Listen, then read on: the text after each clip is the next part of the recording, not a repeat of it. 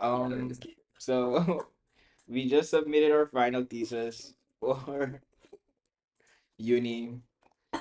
How does it feel to be done? I was Mostly. just feel so bored. I was being And also I bought a Rubik. But I bought the Rubik's cube before we submitted. So most of that week, my time was like partly occupied with the cube. oh shit, you're gonna have to edit the car. Um, I bought one from like this one guy in my neighborhood, for €4. It's a very bad one, but like it was like a regular cube, Where is like it? it's with Bjork, Uh, um, and it turned very like it was very clunky and frictiony, and I told myself if I get to sub 1 minute with that one, I'll get like a speed cube, and then I got my first sub minute score, I think last Thursday. Was that when yeah, last Thursday. So then that night I ordered the new one that came the next day, and ever since, like, I've been like a lot better. My fastest time I actually got today was 40 point something seconds. So on our way to sub 20. Once I get to sub 20, I think I'll be done with like trying to learn and optimize stuff. But that's where I am right now. oh, I feel like you should just keep mixing it till you get a combination that happens to have less steps. Do you know when I was also in the phase of optimizing this, because for me it came out during the pandemic. Mm. That stupid video of Justin Bieber being able to do it in like under 30 seconds or something really triggered me Yeah. to want to be better. But I think I stopped optimizing when it was around a minute. Like Um. I think my best was probably just under a minute, but it was just because um the combination happened to be a little Mm, bit simpler than mhm, others. I mhm, think mhm, usually mhm, it's still mhm. over a minute. Yeah, no, it was just Oh yeah, that's my story. great. But we can actually go into the real topic today, which is what is the topic? Interstellar. Yeah, yeah. Your favorite movie? Yeah, it's up there, my number one. And Sabrina had never watched it until like recently. Yeah. I had to drag her to the cinema because she kept saying, "Oh, I'm gonna watch, I'm gonna watch, I'm gonna watch, I'm gonna watch." Then I found out that for the 10-year anniversary, this has been going on like since sometime last year. Uh huh. They've been doing this 10-year anniversary because it came out in 2014. Uh huh. And so like I guess every irregular amount of days it's like available at the Pate to go watch. And then we went on one of those Like days. regular. Like it's not like every day or like every 2 days. It's just like on certain days it seems It's like just there. it's there, yeah. That's so strange. Mm-hmm. And that's like the branch cinema. That's not even like the local cinemas. Yeah. Like I Oh. guess they just put it in when there's like nothing to be put in that specific cinema, the like the really tiny one with Yeah. like the one that we were at with the like the more relaxed seats and stuff like that. Well, clearly they chose a good cinema to bank on because that cinema was full, Yeah, yeah, yeah. and it was just a weekday evening. It was like a Tuesday Yeah, evening. Tuesday evening, full cinema. Oh, But I mean, Interstellar commands that type of audience, in my opinion. Do you wanna give a brief overview of the movie for those who haven't watched? Even great. though it's a 10-year-old movie and everyone should have watched it by now. Yeah, I think this whole discussion is just going to revolve around you realizing what like a new viewers want. Yeah, yeah, yeah, yeah.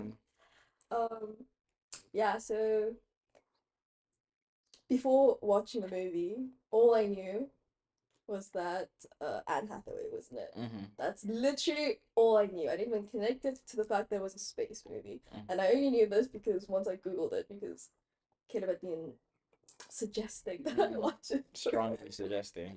a really, really long time. And I just never did. So basically, the world is going to end unless they find another planet to live on. Mm-hmm. And it revolves around this engineer that also has pilot experience. Mm-hmm. Um, oh my god, I even forgot his name. He's called Cooper. Cooper. Thanks. and his relationship with his daughter Merv, who is named after Murphy's Law. Um, and he gets sent off to space to see like these vital planets based on a trip that was made years prior. And well, we'll get into it, but long story short, he thought he was the chosen one. Turns out it was his daughter, and then together they save the world. But she gets more credit. They save like humanity basically. Yeah, yeah. Yeah. And I mean this detail is not important compared to what I just said. They end up in space stations around Saturn, Mm-hmm. and that's the story. Okay. I mean, okay. It was a little all over the place, but it was good enough Did of you a want it shorter? summary. No, no, no. I think this is, they end up at a space station in Saturn around Saturn. Um, Yeah. yeah, yeah. That's basically it. It's like a story, I guess. It's a it's a sci-fi film about space in the non-traditional way. Like space, like short space is like a focus, obviously, but it's not the main one. I feel like once you No. watch, at least for the first watch, like you kind of realize like it's more themes of like relationships and love between like a father and a daughter, or like human connection Yeah. is what mainly drives the plot Yeah. of the movie, other than oh, space is a vast blank nothing, like a lot Yeah. of other sci-fi films. I'd say it's that and the dystopian nature of it. Yeah. Um, it was directed by what's his name again? Christopher Christopher Nolan. Nolan. How did I? Yeah. And obviously his big thing or his main things when he directs films is like playing with the idea of time and also like very minute details and a lot of things. So naturally, there was a time aspect to the movie. It's a very confusing one. I'd say one of his more confusing films. We're not gonna talk about Tenet, which is like probably the most confusing time play movie of his, but I digress.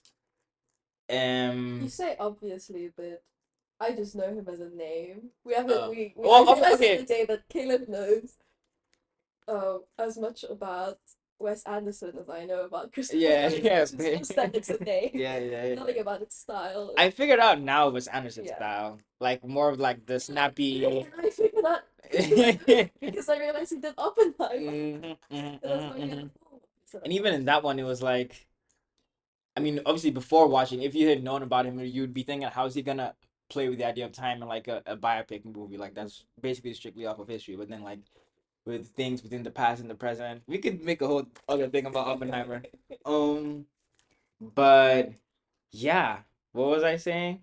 You're talking about Christopher Right, and then the real attention to detail. So apparently, um, the movie's very very scientifically accurate, at least as most as it can. So like with all like the details that you think oh are just there for movie effects, like with the waves on Miller's planet, being there, like but it makes scientific sense apparently because they had collaborated with a theoretical physicist, who then made a book based off of the film and then three research papers after the fact because they used like some super accurate mathematical models to make like you see the visuals of the black holes. Nolan.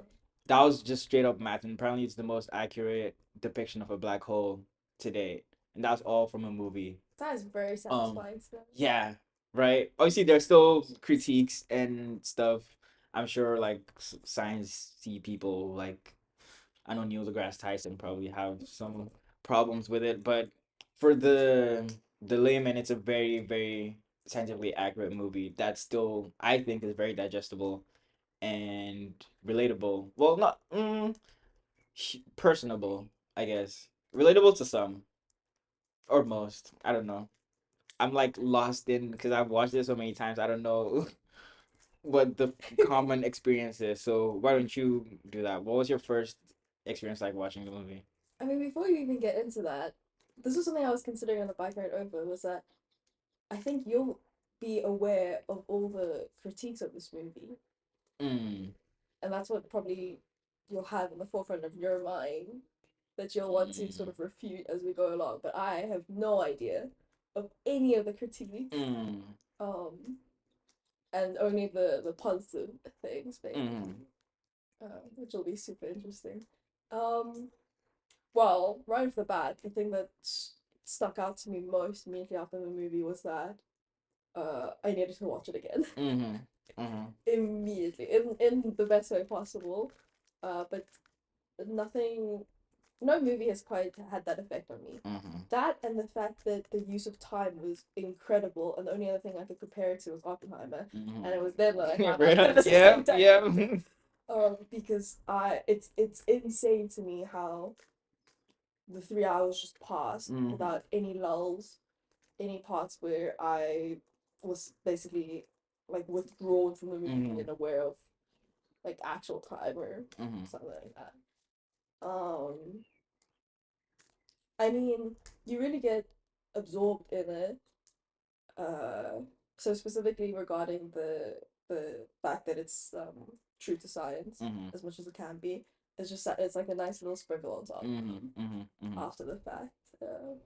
But I must say the thing I noticed most about his the way he directs, and this was after the second part. So I've watched this movie twice. I watched mm, it once again over the past week.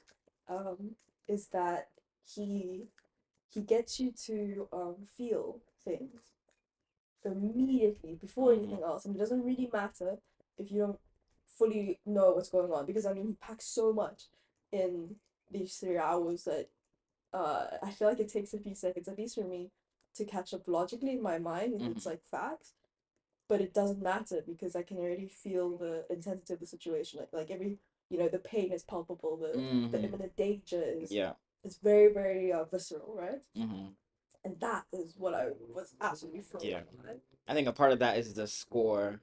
Yes. Oh my God, Hans Oh, Zimmerman. yeah. Oh, yeah. So good. So Um. good. Yeah. Um, Diving okay. into it. I mean, this is a great place to start. I the first like when we were watching in the cinema, Mm-hmm. I don't know what's wrong with me, but I didn't realize that there was what they call a blight. Yeah. That did not. Do you know what? It didn't even click to me the second part of the movie. It clicked when I watched an hour of Okay. retrospective Okay. on YouTube after Oh. that. They were like, "Oh, there's a blight," and I was like, "Oh, Oh, so you thought it was just okay." the world was ending for some But that's what I mean by like random you reason. just get the feeling. You don't. It doesn't matter that I Yeah, know yeah, what's yeah, going on. exactly. Yeah, yeah, And it doesn't. And the retrospective was like, "Oh, this was yeah. like around 2060," and I was like, "Huh." Mm-hmm. I didn't even care or bother to clock what year it was in, Yeah. and didn't matter. It didn't Mm-hmm. matter if it was very much in the past, very much in the Mm-hmm. future, because one, it's one of those dystopian films that feel very very close to home, like very close to Mm-hmm. reality. That this could be something that's going to happen, Yeah. and that's what makes it so intense right off the bat. I think a big part of that was like the technology, the everyday technology Mm, wasn't like super futuristic-y. Like it still felt like you didn't see them use an iPhone or like some super version of an iPhone. It was yeah, just like regular found the only I guess high tech stuff you could see was with like NASA and like the space stuff, but that already isn't like really common accessible to the layman. So it did feel very like timeless, I guess. yeah, and it was like into weaving the future and the past basically, Mm-hmm. because it's set up on a farm, Mm-hmm. Mm-hmm. and I think we only assume farm with like more rural times, especially when it's placed in a movie like that, Mm-hmm. Mm-hmm. and it's very clearly not because I think I don't know, something in the beginning already indicates that like we're somewhat in the future, Mm-hmm. I guess, but you don't fully clock that in because they're talking about like how there's just dust Mm-hmm. everywhere My and father was a farmer. yeah, and all these things about farmers from all these old people, and you kind of Mm-hmm. yeah, they immediately situate you in this idea that it's in the past Mhm. because you're introduced with the Mhm. old people that Mhm. talk. I Mhm. forgot about that entirely as well. Um, and again, my first two passes didn't realize that they were talking about food was running out. Didn't Uh, realize that they said that like eventually oxygen was gonna yeah. run out. Just knew danger, Yeah. danger. Something needs to change. It's really really bad. It's like, I mean, it's directly linked to climate change, Mhm. Mhm. Yeah. and it's like Very wow, much so. yeah, big problems. Mhm. Things are happening. I think I don't know when I remember I saw someone in the movie, or maybe before I asked you when the movie came out. 2014. Yeah, and You can see, yeah, yeah, you say that was already like, whoa. yeah. This is Um, real. yeah, climate change I think is one of the big themes in the movie. I think it's really And just its initial yeah, yeah, explanation. yeah, it's like the first thing, just I guess It's again not that personal. relating Yeah, to like the watchers. Okay, this is a problem that they have, is a problem that we have, yeah. so you kind of already situate yourself in that like landscape of what's happening in the movie. um I guess, do you want to go like part by part or just Yeah, jump? Oh we yeah, can mostly talk about. I mean, so at the beginning it's like a ghost, or this ghost, random ghost in Murphy's bedroom that's like knocking the books over, like Yeah, breaks the little toy NASA spacecraft, and her dad tells her there's no such thing as ghosts. yeah. Um By no means is he a bad dad. He's just like a very, I don't know, like an objective, a person who prefers objective yeah, he's thinking. very science based, and we find out later that he used to be an engineer and is now Yeah, forced to be a farmer because of the situation that they're in, yeah. that the whole world is in, apparently. And then I guess the for me the first kind of interesting thing to notice is very much a father daughter relationship, Yeah, and the son is kind of just there. yeah. For me, that's one of my bigger critiques, but I guess it's part of like, we'll get into that later, but that's like the first thing I noticed. Like, it's very Cooper and Murph. Mm, Um, and I guess because his wife is dead, so maybe she reminds him of the mom. Like, there's something there that like binds them together. Um, and you can tell that from the very beginning of the movie, I think. I attribute that to the general old, I guess it's like an old wives' tale that like dads want more daughters and Mm-hmm. more moms, but it was so apparent that even I was questioning like, whoa, this is borderline negligent of the son, kind of. But Yeah.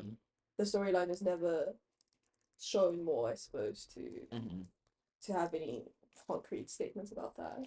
Yeah. Um, and then they go like for parent teacher day, and then there again is kind of even more pronounced, where it's like you kind of sense that Murph is more like the dad in terms of like being more sciencey based, where she's telling the class like, oh, the moon landing was real, Yeah. but then they're telling them that it's fake, whereas like Tom, the son, he's more like suited to be a farmer, and he's content with that, or very Mm. happy with that. um but even, yeah, I guess the whole thing with the moon landing is fake. What did you think about that? I thought, well, I thought that the way it was sort of portrayed was so interesting because you're in this setting where you've got the teachers and the educators on one side, and you've got this guy who is clearly chaotic. Mm-hmm. He came late. His daughter is in trouble. Mm-hmm. He's got this huge like spaceship, whatever. Mm-hmm. Like he's got a Drone. rocket and a Mm-hmm. drone in the back of his truck with a Mm-hmm. flat tire, and he says he's late because of, I don't know, like car troubles or something. Like it's clearly that like one side is a little more like illogical, just Mm-hmm. sort of, what's the opposite of sensible? Just like chaotic, yeah. Irresponsible. Yeah, sure. And then and then the people that you think are supposed to be super smart and the ones you're supposed to trust are saying that the moon landing is fake. Mm-hmm. And then um obviously as an audience member, you know that this is real, and you know that in this world it is also real. Well, you're kind of trusting that it's real, Mm-hmm. but you're so inclined to side not with the crazy person because that would also make you crazy, Mm-hmm. right? Mm-hmm. Mm-hmm. And it makes such an interesting dynamic just as the viewer to witness that, to hear like this perfectly ordinary teacher say like, obviously we're teaching the children that this is not Mm-hmm. real, like that it's just not real. And And then then this even guy when being, he like questions her like what you think is fake, she doesn't even like give a straight answer. She's just like, this is what the uh, curriculum yeah. was on. And I think, I mean, they link it back again to the whole fact that like, the world has big problems and we need Mm-hmm. farmers. Yeah. And you can't even argue against that. It's sort of a thing Exactly. of like two things can be true at the same time. But the guy sitting there has literally been involved in this whole thing of like going to the moon. Like he's been involved with NASA Yeah, and yeah, whatnot. yeah, yeah, yeah, yeah. Um, and I don't know. I guess it teaches you about the idea that like both sides can Mhm. think that they're right and Yeah, fully believe that with good reason. because even in like, It's kind of rare, yeah. I guess the real world, it's like there's still like some sort of argument to be had between um whether or not it's worthwhile spending the billions of Yeah. currency that we spend on space exploration, when there are still like, obviously we don't have like a whole blight that's ruining the earth, but Mhm. something similar where there are very pressing problems on our planet where like a lot of people will disagree with the fact that we're spending um valuable resources and time and money um on exploring others. And what's so interesting is that this movie condenses. This is not like this is one of many places in the movie, but it Mhm. condenses these complex real world issues that Mhm. obviously it's not just binary. It's not that Mhm. oh money is going to space, money shouldn't be there because they're starving people. But no, our issues are not that there's only starving people. There's a Mhm. bunch of other things. Mhm. It's not. It's so complicated, but in the movie they're reducing it to this binary. Yeah. Like it doesn't make sense to tell to put money in space because we need farmers and food. Mhm. And I mean, yeah, I'll touch back on this further on, but yeah, very very interesting to see on screen, Mhm. just for a few seconds maybe. For a few, yeah, yeah, Yeah. exactly. And So then yeah, dad finds out the son has to be. The dad wants the son to go to college, mhm. but the reality is that they need more farmers. Not everyone Mhm. can go to college. Mhm. And flip side, son is happy to be a Mhm. farmer. Mhm.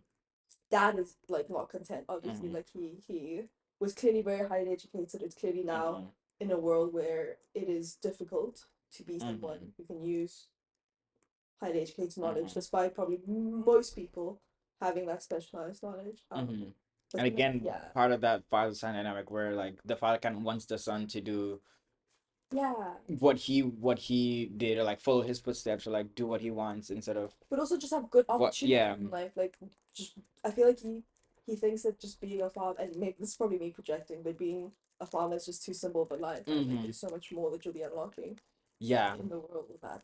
But son is happy to be a farmer, and you're kind of drawn into that perspective that you have to just be happy for them because Mhm. they're happy with what they have, Mhm. right? And that's Mhm. also kind of the dilemma the dad faces. Mhm. Yeah. Wow, yeah, it's That's super. kind of basically the last interaction between the father and the son. Yeah, If you really think about it.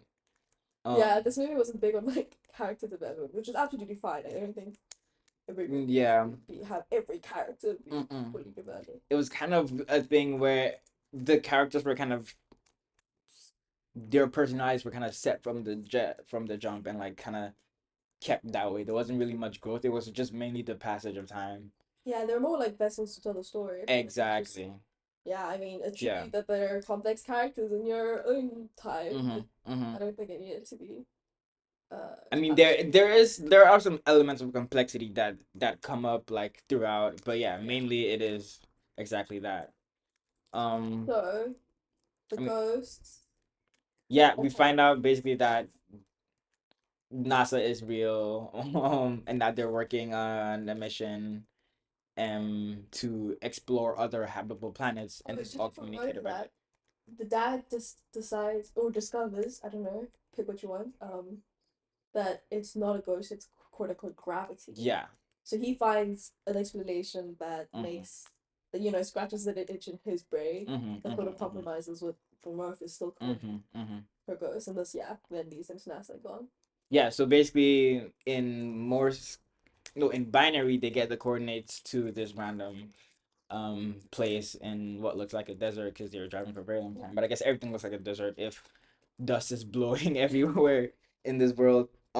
And it ends up being a NASA secret headquarters. Yeah. Yeah, where they're planning on, like you already said, going to find these other potentially habitable planets that a mission earlier on was constructed to find. So 12 people initially, we don't see this in the movie, but we're just told that 12 people were sent into like different parts of the universe through this wormhole that randomly appeared.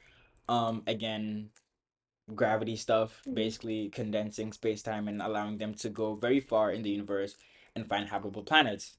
And it's manned by Dr. Man, who, I mean, great naming. He's supposed to represent the best of us and the most brave guy who rallied all these other people to help go to find these planets. And basically, their job was to go there, set up camp, and then transmit their data, whether or not this planet is habitable or not. And then they go into cryo sleep, basically freezing themselves for like an indefinite amount of time until they're either like can't be preserved anymore, or people come there because they found out that the planet is habitable and then wake them up from this long sleep.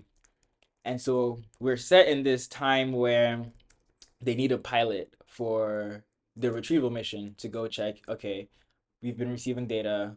We're gonna go to the ones that seem promising Yeah. and retrieve these brave soldiers that went to these planets. And that's where like the main, I guess, conflict, well, not the main conflict, but one of the central ones in the story arise between Murph and her father, where Mhm. he has to leave. And obviously space travel is a very time consuming venture, and so he knows that they're not gonna see each other for a very long time. And that's where like I guess the first heart wrenching moment of the movie comes in. Yeah. It's super interesting that it's contrasting the fact that the world is literally ending. He's literally going to save the world Mm-hmm. as being as big as a problem Mm-hmm. as the present one that the girl is realizing um more and more that she might one like not have her dad Mm-hmm. in her life now going forward, and she's Mm-hmm. 10 years old bearing that in Mm-hmm. mind. And two, she might not see her dad again, and you're with her as the story develops. It it's heart wrenching. Yeah. It is terrible seeing that. And again, you could probably relate it to so many things in reality. You know, it doesn't have to be that definite of a leave, but I'm sure people have Mm-hmm. experienced like Yeah. someone important to them needing to go away, or Mm-hmm. just having all these things and not understanding the gravity of it. Mm-hmm. And also Cooper's not telling Murph everything. Yeah.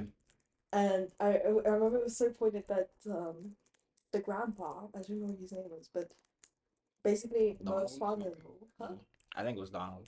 Okay, that he was like, okay, you have to go and tell Murph now, but don't make any promises you can't keep. Mm-hmm. And Cooper does a great job, but obviously Murph is still not taking it, and then he makes Mm-hmm. a promise that he can't keep. That's like he's going to be back because Mm-hmm. he initially tries to do the whole like, you know, he's not gonna say that, he's not gonna say that, Mm-hmm. he's not gonna say it, and then he says it, and it still doesn't work, and he has to Mm-hmm. leave.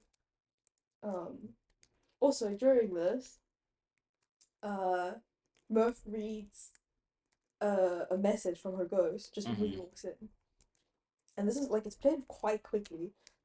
That and to a point that I almost thought that Murph was like making it up.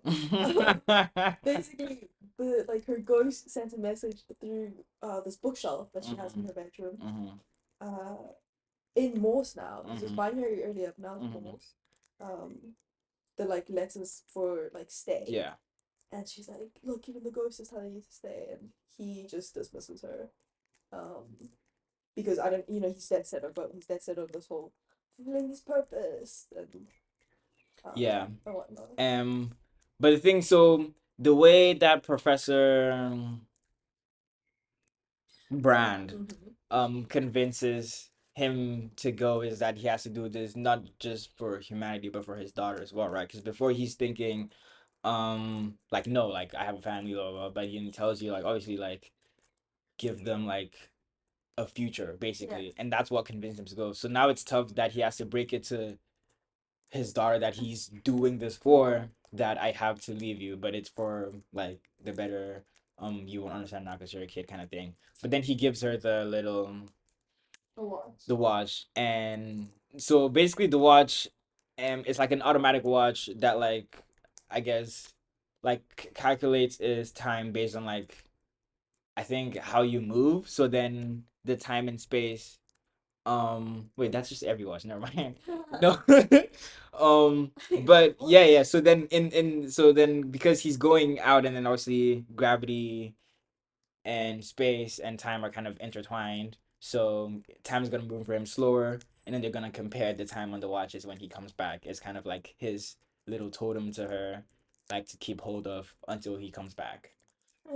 And that's when she realizes that he doesn't know when he's coming back. And that sends her into a frenzy. And then like we have this very heart wrenching scene where he's leaving and he checks under the little blanket if he's there, because earlier in the movie, it was a callback to earlier in the movie where she was under the blanket when he told her to stay, but this time she doesn't stay. And this whole thing, it's like it's a juxtaposition in that scene where it's between him leaving and you can kind of see the side shot of the car and also her like screaming like for him not to leave, and then also already them like taking off into space. So it's like what we're watching now has already happened because now they're in space or they're counting down to space, and you can hear it in that scene where the only dialogue is like T minus 10 9, but then what we're seeing is that very hard goodbye between Murph and her dad. I thought that was, I mean, for me, it just from my first couple of watches, still a very tough scene to watch. Well, yeah, especially given what happens later. Mm-hmm. Um, it's so interesting that you point out that he initially was reluctant to go because he didn't want to be away from his family, but Mm-hmm. then, the way he was sold on the idea was that it would still be, helping his Mm-hmm. family. Because I think, I don't know, to me it's this idea that Dr. like Professor Brand appealed to this like lust he had for fulfilling his purpose, going to Mm-hmm. space, like Mm-hmm. breaking out of this, just breaking out of the Mm-hmm. fact that he's a farmer. This is Mm-hmm. his reality, Mm-hmm. and already less so about the fact that he's missing his children's childhood. Mm-hmm. He's not going to be around as their father. I mean, and their mother had passed, so Yeah. it's just But even in his leaving, he's like, I think, I'm probably just paraphrasing. Like we're meant to, like parents are meant to be memories for their children to live like through or something along those lines. That already was kind of like an eye opener for me, where I never like looked at isn't it that that like way, most but of the children's future or something like that? something Yeah, like that. But it's yeah, like that so was. parents are like basically they're serving as memories for their children and not I necessarily didn't really like get that. it's kind of I guess him acknowledging that he's no longer the main character, he's just there as a background character in a Yeah. larger, like he's kind of playing trying to play his role in his child's life who is the main, I because I feel like Murphy is the main character in the movie. Oh, for sure. And so it's kind of like that nod, subtle nod to Cooper, like letting people know that Cooper isn't the main character, it's Murphy. And so like him just being the memory of Murphy's past, because even at the start of the movie, it's when he says, "Oh, my dad was a farmer." That's old Murphy, like kind of saying, like talking about the what's happening. So like she sets the scene, she's narrating the story, like she's the main character, and this is her memories that we're living through. So then when he says we're meant to be our children's memories, I was like, oh, cool. The Because immediately I took that and like put it in like much further and drastic Mm-hmm. perspective. Mm-hmm. I just exaggerated it so I can Mm-hmm. understand it better. And it basically sounded like once you become parents, your lives are invalid because your children's are Yeah, now it, basically. that's yeah. And I was like, huh? But sure. I mean, I get the sentiment, Mm-hmm. but it just wasn't as hard hitting for me as the other parts of the movie, Mm-hmm. basically. But yeah, okay. Next part. Yeah, Next they're part, heading to space. they're heading to space. And I mean this part for so for during these scenes is just a whole bunch of like sci-fi stuff. Yeah, a That bunch will of be very much appreciated by the sci-fi nerds. yeah. In terms of the accuracy with the way the sound works and how like once they get into the atmosphere, it's just plain quiet except them Mhm. talking to each other through the comms because obviously space is a vacuum. And even that kind of Wait, talking to each other through like the way they're talking to each other through like the headset thing? yeah Ah, okay. um Like in the spaceship? Yeah, because at the beginning they still have their things on. As you can see, all the tentacles are going way over my head. No matter how many times I've tried understanding it now. But yeah, okay. Yeah, and it's like, yeah, basically they shoot up into space. They're heading to Saturn, around Saturn, because that's where the wormhole is. They go into this cryo sleep thing because it's at least insinuated. It might even be stated. I don't Mm-hmm. know that it's going to take a very long time to get there. Mm-hmm. Possibly like years. You don't really Mm-hmm. know. And it's more fruitful if they went into this sleep thing to like not age basically Mm-hmm. during the sleep, Yeah. not actually wait it out. Yeah, because it would take, So I that's the think, concept. a lot of years to get to Saturn, Yeah. and it's like a, I guess at that time it's a pretty straightforward flight path. So like they wouldn't be doing much outside of just like, I guess, getting to know each other and stuff. So they do go and sleep, and I think one of the more touching scenes is when, I don't remember if that's before or after they wake up from the sleep, but where he gives, why am I forgetting names now? The black guy, the headset from, Rom yeah, Romilly, the headset with the sounds of rain, because obviously there's no rain in space, but there's also no rain on Earth because of the plight. It's just dust storm, so it's probably something he hasn't heard maybe since his childhood, given how old Romilly is, or maybe even ever. So I think that was kind of like a very, Oh, I never connected the fact that Sounds of Rain exactly, like fear of poverty. because they've been living in this kind of world for so long. Like it's probably very comforting once you realize that you've been taking something for granted. You know, like if you entered like a, like, you know, those Mr. Beast videos where they like get trapped in something for 100 days and then they come out and have like a greater amount of appreciation for the little things like birds chirping and whatnot. That's what I kind of It should be too. akin Yeah. it to. Yeah, yeah, yeah. Yeah. And so yeah, they go into cryosleep, wake up around Saturn, and now they're going into the wormhole. Yeah. Again, very technical stuff that went right over my head, but I think I mean, I'm gonna say probably because I don't know, Mm-hmm. but I think they probably did a good job of having it seamlessly tell us and keep us in the loop of what's Mm-hmm. going on Mm-hmm. while not have it be super over explained because they are all experts in the Yeah. field of all these things. Mm-hmm. Except Cooper, and we can see like Romilly give that very basic explanation of Yeah. what it is with the paper and the punching through the two sides of paper, Yeah. and that's what a wormhole does. Because we're Cooper in a situation Yeah. where we don't know what's going Yeah. on, but that beautifully sums it up in like a 5 second scene. So So, basically they have to go through the wormhole. mm-hmm. Um sorry, were you gonna say something? No, 'cause I was just gonna keep narrating, but you Yeah, go. go on. They go through the wormhole, and then they end up on this other side where the initial 12 upspace missions had gone to, and they have Three. 3 planets that are showing promising signs of life. 2 of them are on the other side of Gargantuan, which is this massive black hole. And one of them is closer. So naturally they go for the closer one first, and this is Miller's planet. They get there, and Miller's planet is basically just all water. And I mean, from first impressions, you're gonna be like, water is good, right? We've Yeah. been like, 'cause even from our perspective, like we're looking for water on Mars. So if this planet has water, this is a good sign, surely. And they're like, okay, cool. So they land and we realize it is all water, but they're at a shallow part of the water. And they find debris of a Miller's Yeah. spaceship. Because that's what they're yeah, that's what they're trying to they get. So they go straight to where Three of Okay, maybe we should rewind a little. 3 of them go to Miller's planet. One of them stays on. Because Miller's planet already is so close to this black hole, as are all the other ones, time moves very fast there compared to relative to Earth. So an hour on Miller's planet is about 20 something years, right? 14. no, 7. 7. It ends up being 20 something. Yeah. 7 years on Earth.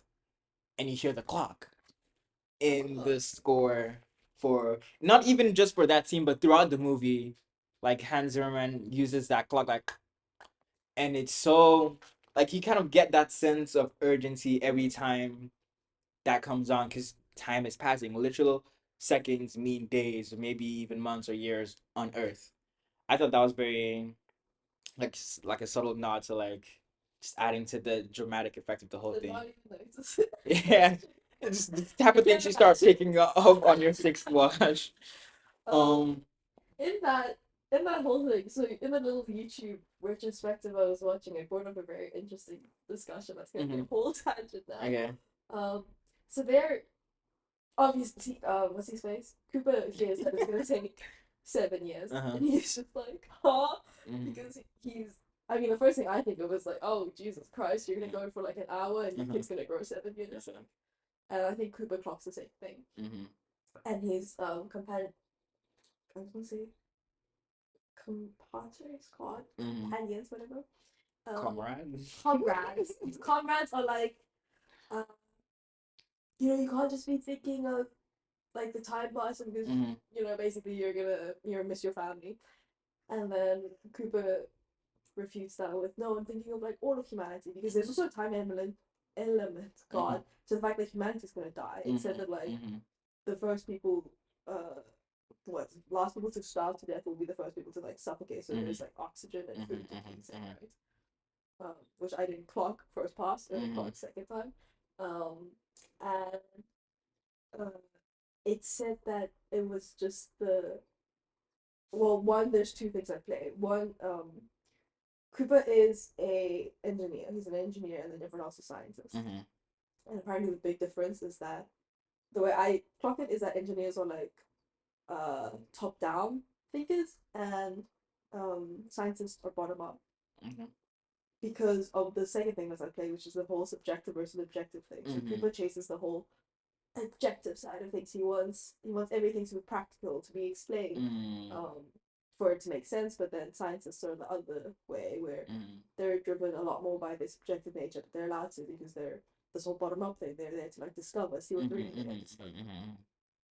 Mhm. And that's apparently part of like the whole argument. Because then in the 7 years argument, because he's trying to optimize how they go down. So they kind of, I don't know if they had a plan before Mhm. for Miller's planet, but they change it in order for them to spend as minimal time as possible there.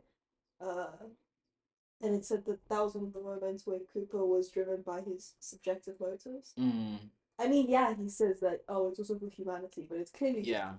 at least in my head, could be projecting, Mhm. that he's just thinking of his family and he doesn't want to miss Yeah. his children growing up. Yeah. Mhm. Because they end up with this kind of compromise where they move the entire space station into like a position where it's close enough to orbit to like research the black hole for the equation that's going on back on Earth to kind of help bring people to this new planet if it does work. So that's plan A. We We complete. didn't even talk about planning. Yeah, but like these are just details of the movie that you just have to watch it. Um and that's what the one person stays over to do. And while so they go down, come back, and then they're in perfect position to then save fuel where they can visit the other two Yeah. if if needed. But they are using more to do this Yeah, saving people it does cause a little bit more fuel. for whatever reason. Um, science. Science. um, But yeah, they're going to Miller's planet. Um, there's just a bunch of water. You don't really know what's going on, but it's panic, and you start feeling that because I read the details about it afterwards. Also, none of this I clocked, but apparently, like he saw that there's a big thing in the distance. called the Like, mountains. yeah, they thought it was mountains, but Mm, then Cooper realizes it's it's waves, and waves. realizes apparently I was like, oh, this is super cool. He realizes that the waves are going like further away, so he Mm, runs to the back of the ship. mm, Then realize he runs to the back. Then realize he was seeing that, oh, there's a big one coming. Oh, just in my head, it was just mm-hmm. danger, danger, Yeah, danger. Um, and the way, oh, thingy, what's her name? Dr. Brown? Dr. Brand. Yeah. She's So being wait, like Professor phenomenal. Brand Yeah, is the older professor guy, yeah. and Dr. Brand is his daughter. Yeah. Continue. So she's on this mission. Uh huh. Which is a really super interesting development because if we're thinking of father daughter relationship, Mm-hmm. whatever, and whatever, Mm-hmm. she's in space on Yeah. this life or death mission, Mm-hmm. whatever. There's a moment where uh she seems to be like really stubborn because of this whole science nature. Like she's there and she needs to get the data, and then Mm-hmm. she like it comes across that she's doing a little bit too much and she doesn't Mm-hmm. need to be in a crucial moment where this wave is about to crash and you don't want water on the ship because things are gonna go Yeah. wrong. Mm-hmm. I don't know, things I love how things have been put so simply, Yeah. basically. It's Water no like good for yeah, mission. it's like Brad stubborn but what's the Yeah. name? Water bad. Yeah. Um and this robot that was on was the Tars. yeah, the third guy, what his name was. Yeah, he dies too early. He was yeah, he was about to go onto the ship, but then he sends the robot to go Mm-hmm. get Bran, and the robot just goes. Mm-hmm. Is it Tars? Yeah, yeah, it's hard. And the robot does this cool transformation, which is besides the Yeah. point. But that like moved was super Uh-huh. cool. Fetches her because she's stuck on or something because she went to get the data, and then Mm-hmm. on his way back, the water like they both make it onto the ship, and Mm-hmm. then when they realize they have to close the door, I don't know, and leave the other guy behind or something, and he dies. Um, but then it already like water had already Yeah. crashed, and now Now they're riding. So they're riding this wave. This is a super tall wave.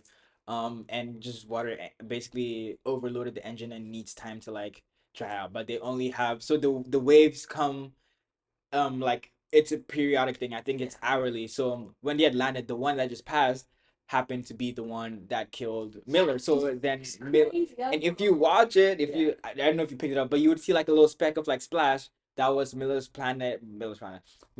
thing just crashing. So they had basically just seen her die because they end up finding later that she just died or she just died like a couple of yeah, moments ago, which was the wave earlier, and then this one obviously almost killed them. But they only have an hour till the next one, but they need to wait for what's it called?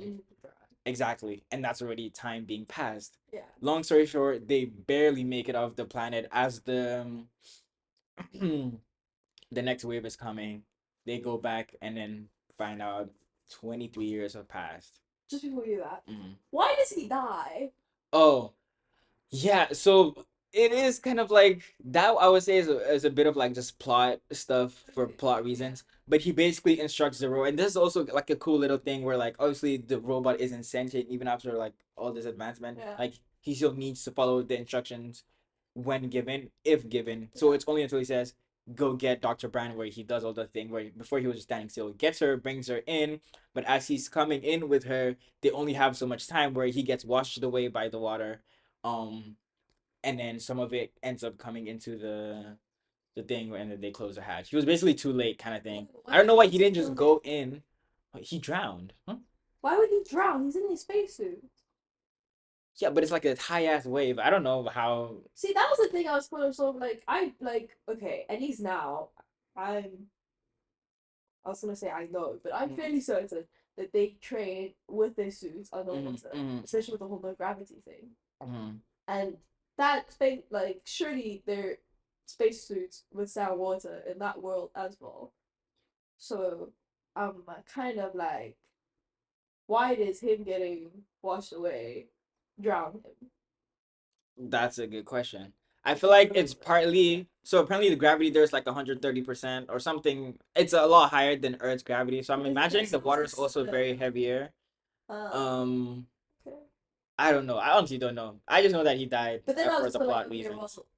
Mother, is that the original Hmm, question? Like, hmm. she also died, so Yeah. I was like, okay, well, I mean, if I need to justify my head, Hmm. sure. But it was just something I was thinking about on the bike right here. I But was I like, mean, if the water was strong enough to like, you see, saw it was debris of her spaceship. that is Surely true. it can tear up a human being, Yeah. in even if they're in a spacesuit. Or like, yeah, probably like crushed it with the Yeah. weight. But yeah, the whole part with her dying is that well, it was just transmitting the same signal Mhm. Mhm. before Mhm. because Mhm. like barely in time had passed. Yeah. Like Exactly. that was super clever. Yeah. Yeah. And Yeah. that's Yeah. Yeah. Yeah. like wow. Yeah. They first realized I that. really think it was just the weight of the water, because it's so high, right? The waves, and obviously, the lower you are in water, the heavier it is on you, and probably just crushed your bones, if anything. Not even like the spacesuit, if it was Yeah. made to withstand that kind of pressure. It Um, always just amazes me because I didn't realize this until fairly recently, like the weight of waters and water is the weight of so all heavy. things. Yeah. Yeah. So it's kind of like, oh, if you want 30 kilograms of water It's still in 30 it, kilograms. yeah, it's still 30 kilograms. Yeah. Is Hey, the that's like drowning yeah. stuff. Or like, speed of water Yeah, as well. It's yeah, like, I was kind of blown away. But yeah, the time thing didn't, okay, I guess I was trying to do the math with the yeah. time Mm-hmm. thing, but then it didn't really hit me that like those like that many Mm-hmm. years have passed when Mm-hmm. I get back to the ship, Mm-hmm. but you immediately hit with it because Romilly looks much older Older, yeah. and he looks super anxious, which is what I clocked Mm-hmm. because he's like fidgeting and he's gone a little bit like meek. And you don't really know how old he is before, but he's clearly like he's older than him Yeah, now, yeah. yeah. Um, and he clearly like I don't know lost some hope Mm-hmm. in this period, but other than that, you don't get much scale of how literal 23 years is Mm-hmm. until moving on. You can go on to the narrative, the story. No, continue. Well, no, I'm clearly bad at it No, based no, on how no, I no. described it. No, But I was really engaged. basic. Yeah. Continue. Until Um, I suppose this is like the climax. I guess it's the climax. It's definitely probably the most hard, it's yeah, hard tugging, tugging, hard. Yeah. crushing, wrecking, whatever you But want before to we call get there, it. Yeah. um, Yeah, I yeah, think 23 years for Romilly. And I mean, like, can you imagine like spending 23 years? I mean, some of it he was in sleep. He said he kept going in short stint because obviously he still had to research. Brand was like, "Why didn't you sleep? Like, Hmm. why didn't you just not age?" Yeah, and he was like, "Didn't feel right." Yeah, because he does have to still do like some of the research of gargantuan for the equation back home, And that's and what obviously, he stayed behind. It seemed like such yeah. a small, Mm-hmm. worthless moment earlier. He was like, "Oh, while you guys are there, I might as well just stay Uh-huh. back and see what I can like do some research." You Yeah. know, it was such a throwaway moment earlier. Um, so yeah, crazy. Go on. Do your Um. research. Yeah. 23. I mean, Why didn't you sleep? personally, if I had to spend 23 years by myself, not knowing if everyone else is gonna come back, it's like I feel like the psychological toll on you. That's why he was anxious, and like Yeah. you kind of see that kind of. Also, no sun, no like hot food and all these things. You can see he's lost a lot of social skills. He's very quiet, and very, very much fidgety. Like, Yeah, and yeah, his whole demeanor is clearly mm-hmm, changed, and it's so interesting. In just one line, it convey sort of the guilt he felt, mm-hmm, the guilt, but also the like uncertainty. Because one, mm-hmm, if I was him, I'd probably assume that they died. mm-hmm, But two, like he didn't feel it was right for him to like preserve, I suppose, mm-hmm. himself even if they I don't know. It's just it's clearly complicated. He clearly had his own reason. Yeah, But yeah.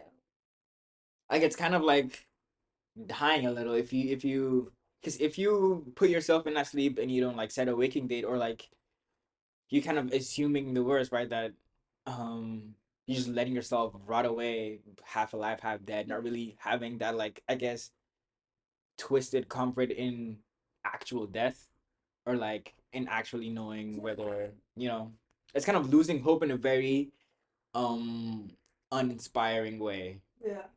That's kind of how it was. And then yeah, so that all happens, and this is just like a split second of a scene, or like even just a setup for what is about to come, where like we're already like kind of like whoa, and then later we have this. It's a very famous scene because it's been memed a little. Yeah. That's everyone. Well, I mean, it's not the nicest thing to Yeah. realize. Took away from the movie. Just Yeah, just a little. It's like you haven't watched Kill Bill, but like the sound in Kill Bill, it was such a meme in like the mid 20s, oh in the yeah. mid 2010s, where when I watched it for the first time, I was like, what the fuck I is didn't this think that goofy sound that they're using? But yeah, it's something I like don't that. think like if I watched Kill Bill, I Mm. don't think that that would have as much of an effect on me as As this. this, yeah, yeah, yeah, yeah, Um, because even for me, wow. But yeah, yeah. So yeah, Cooper, Matthew McConaughey's character, is like living through now just these years of memories from his kids um growing up, yeah. where it's from his Yeah, Robin son. tells them that the messages kept coming, but they Mm-hmm, hadn't been sent mm-hmm, back. mm-hmm, mm-hmm. And Cooper watches. But yeah, And interesting. it's just Yeah. cool thing to know. This was first take Oh that yeah. they used. Yeah, he was like apparently he had this interview where he was like he went into it that day and Christopher Nolan's like, okay, let's rehearse, and Matthew McConaughey was like, no, I want to do it first time, keep it rolling, and then so this was his actual reaction. He basically said that everything after the first take is acting. So this first one was his reaction It's to chill.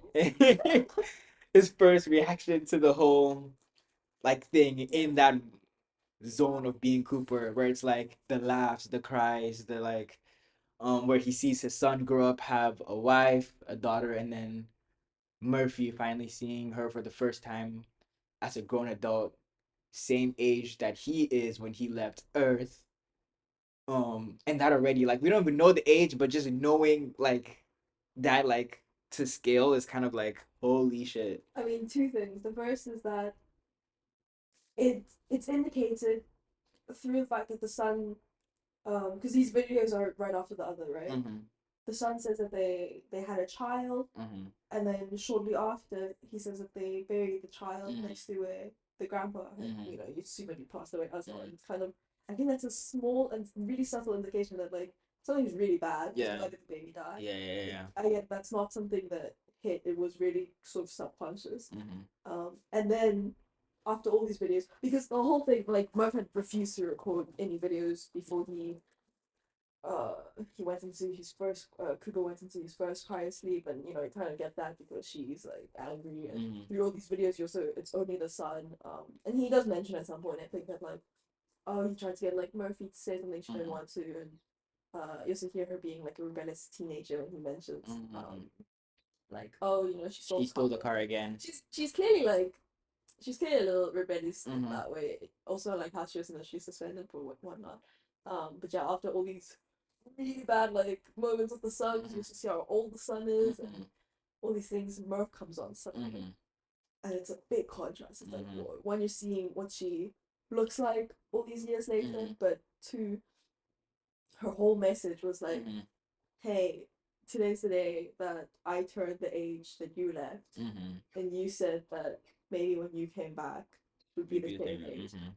And I think when it was initially said, a part of you as the viewer sort of kind of hopes and kind of assumes that that's just, he's just saying that for fun.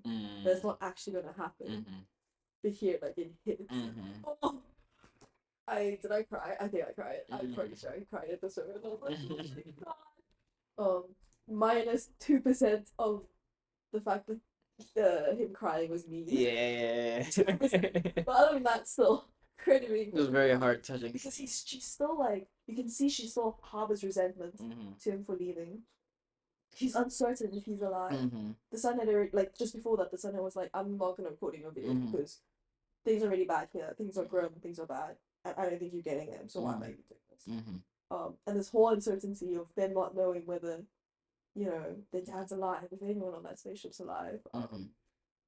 really, really present. And then yeah, she's got this hostility, but you can still see she's still got that little bit of hope because she still said in this video, she's Exactly. got all this emotion, like, hey, it would be great if you came back Mm-hmm. now. Like, Mm-hmm. I'm still angry at you and all these things, but Mm-hmm. I don't know, she's held on to that and she still loves him and all these things. But yeah, that's the it's a video. When that poem comes up, right, from Professor Brad. I mean, it always comes every time he sends a message. He says, "Do not go gentle into that good night. Yeah. Rage, rage against the dying of the light." We're gonna. I want to talk about that poem because it's so hard to find anything on it other than who wrote the poem and like what the poem is. But like, it doesn't seem like there's been any like analysis deeply. Maybe I'm like attaching myself to like a very minute thing, but I feel like there's something there I'm with the the worst at poem. analyzing poetry. I get that though, because a lot of times when I want to look into the analyses of like Mm-hmm. some poignant part, or at least Mm-hmm. part that I found poignant in a series or a movie, Mm-hmm. and there's There's nothing. nothing. It's like, am I the only one who thinks this is important? Yeah, Um. it's clearly something. Mm-hmm. I'm the Um. worst at analyzing poetry. Yeah. So after this, we start having more of a juxtaposition between like what's happening in space and what's happening on Earth. Obviously, they're not happening at the same time. Do you know Um. what? The moment was so hard hitting. I didn't even know what came next. Like in this whole discussion now, I wonder what. um. So our first contact with Murphy, and then we find out, yeah. Yeah. we find out that okay, she's working with Professor Brand on this equation on Plan A. And that's basically what's going on there. What is this equation, by the way? So this is the equation to kind of get the whole space station. When you remember when he tilted his head, it's like a centrifuge. Yeah. That's basically what in the end, what helps them accelerate themselves off of Earth into like orbit, going towards Saturn, where they can take the wormhole to this new planet. Okay. It's basically the equation like to figure out how much of science calculations to get off of Earth with that many people. Yeah. And the whole problem is also that they need to get humanity in space stations that Mm-hmm. utilizes the gravity of the Mm-hmm. planet. So it's not like people are gonna live on a Mm-hmm. planet, Mm-hmm. Mm-hmm. but they need it to have gravity or something. Yeah, anyways. Okay, go on. Yeah. Um.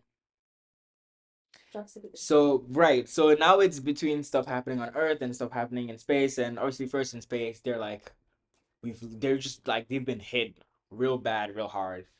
They just lost a member of their crew. They've spent 23 years on an unfruitful planet. And based on her mistake. Mm-hmm. First, like you can put a face to the problem, kind of. Exactly. Not entirely, but enough that people like you kind of hate Doctor Who. Dr. Brand. Yeah. Mm-hmm. So And that's now. also like that's also when you realize that no, that was earlier that like oh the issue was that because they didn't consider the time thing, right? Mm-hmm. Anyways, go on. Actually 23 years takes a lot of fuel also because the thing that they took the thing that he took like they're on the planet also messed up with the thing, so they really are lacking in the fuel department, where they can only go to one of the two remaining planets. Dr. Man, who was the bravest of them all, has been sending Yeah. good data, and Edward, Edward something, It's not Emmanuel, Edward Wolf. yeah, Yeah. yeah, and he's and his planet, Yeah. which has more promising data, but it hasn't transmitted data in a while. So one is consistently transmitting, one hasn't Yeah. in a minute, but it was better data. Also, Dr. Brand is in love with, is it Edmund? Edmund Wolf. I think Edmund. There we go. Edmund Wolf. That's what. And we have this one of many dialogues, but one of the two, for me, the two most um important dialogues in the movie, where she's like, maybe love is the thing that transcends space and time. Maybe we should listen to that, um, and go to Edmund's planet because obviously she wants to see him again. She wants the idea of maybe one day seeing him again.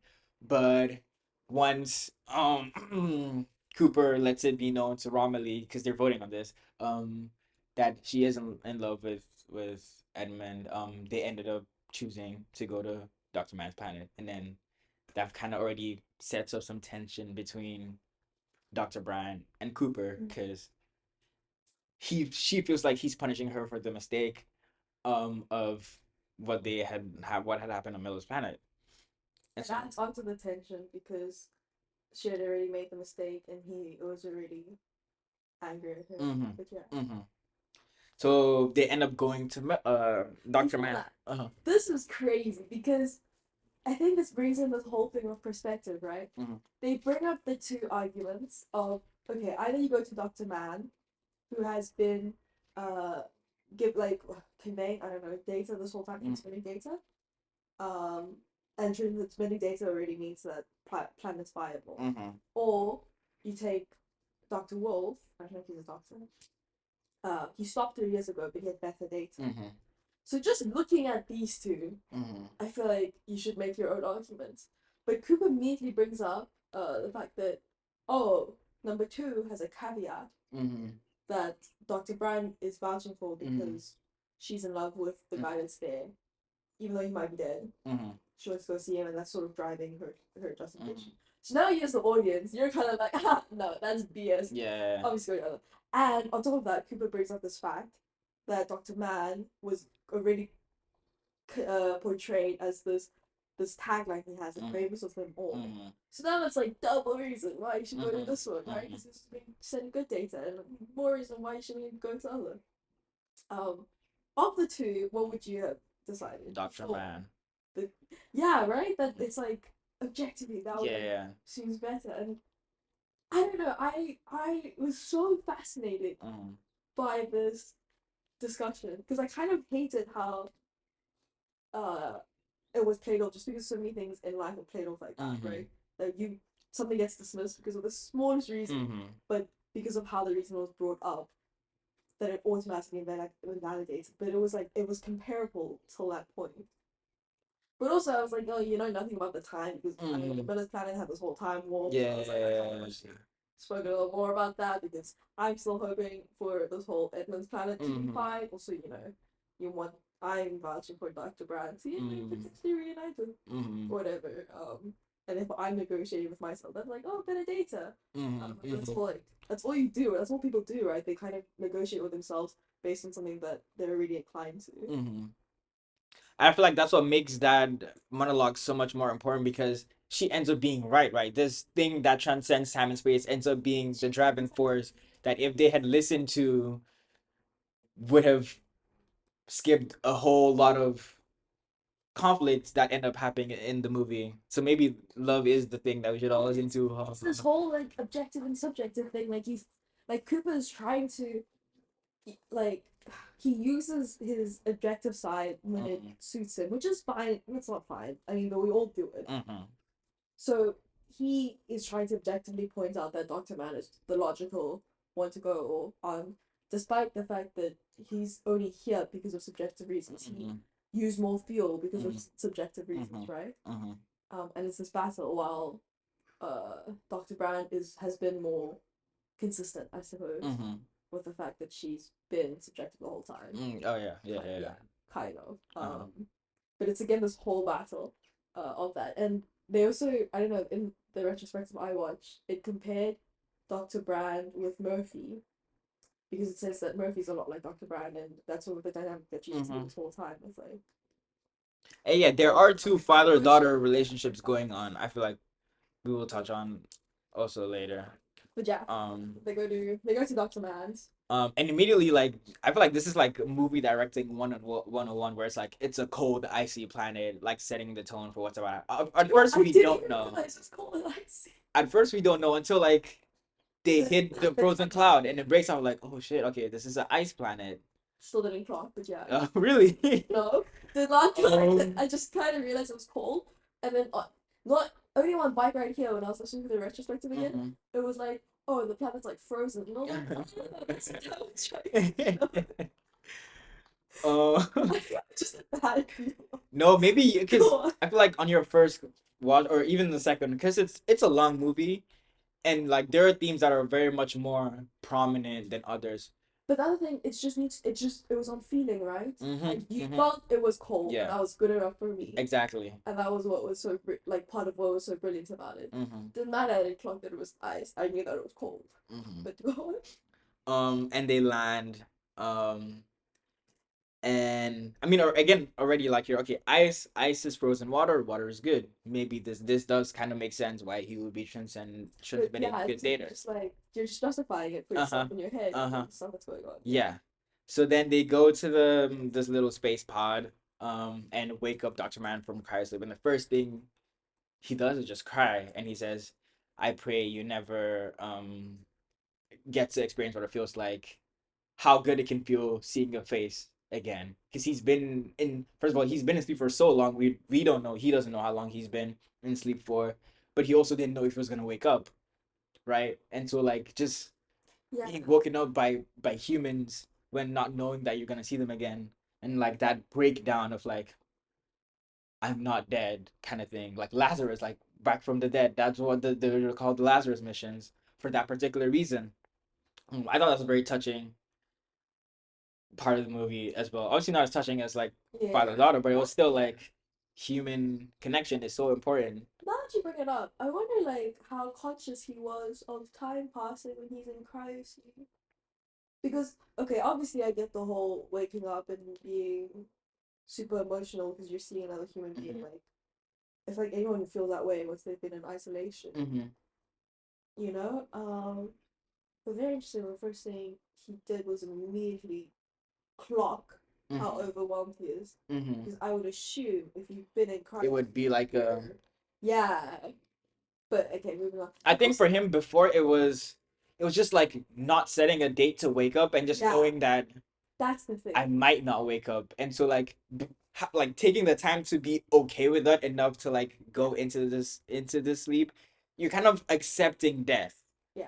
I No, think that's what he definitely. wakes up and That's feels the that's the line that comes up. So you see him wake up and you see him cry, which is again very visceral emotion. mm-hmm, You just understand why he's crying. mm-hmm, Um, when someone's overwhelmed like that, and then immediately the second line is like, "Oh, the last time I went to sleep, I didn't put an end date. mm-hmm, It woke me up from the dead." mm-hmm, And I don't know, mm-hmm. this together is like, oh, I get that. Yeah. And so we're introducing, and he's like a very personable character. So we are really like, and already he's been bigged up to us, the audience, without seeing him. So we're like, okay, he is the best of them all. Exactly. Such a clever choice. Right? Very interesting. So we see him now, and I it's like get it. space to the name. This is the guy we've been By the way, hearing it's all Matt these Damon, which adjectives is about. like, Yeah, Matt oh my, Damon. I was like, oh my god. But yeah. um, Also, the movie starting with Matthew McConaughey was like, whoa. yeah. Just very So you shocked. just didn't know But anything. Yeah, fair enough.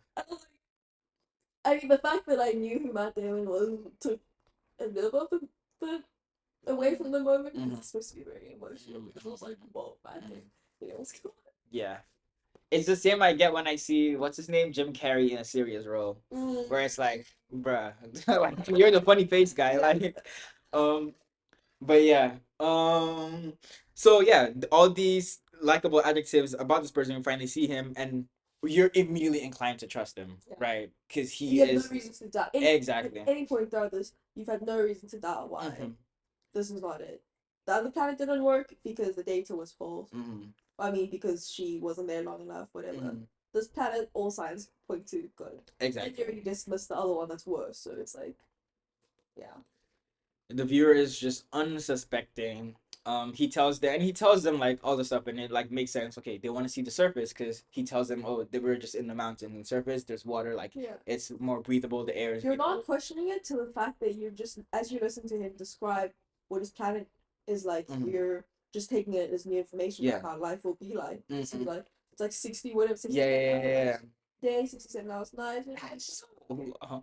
It is, and you're sort of imagining how you're like, Yeah, at least with me, yeah. I'm imagining how you would look like Mm-hmm.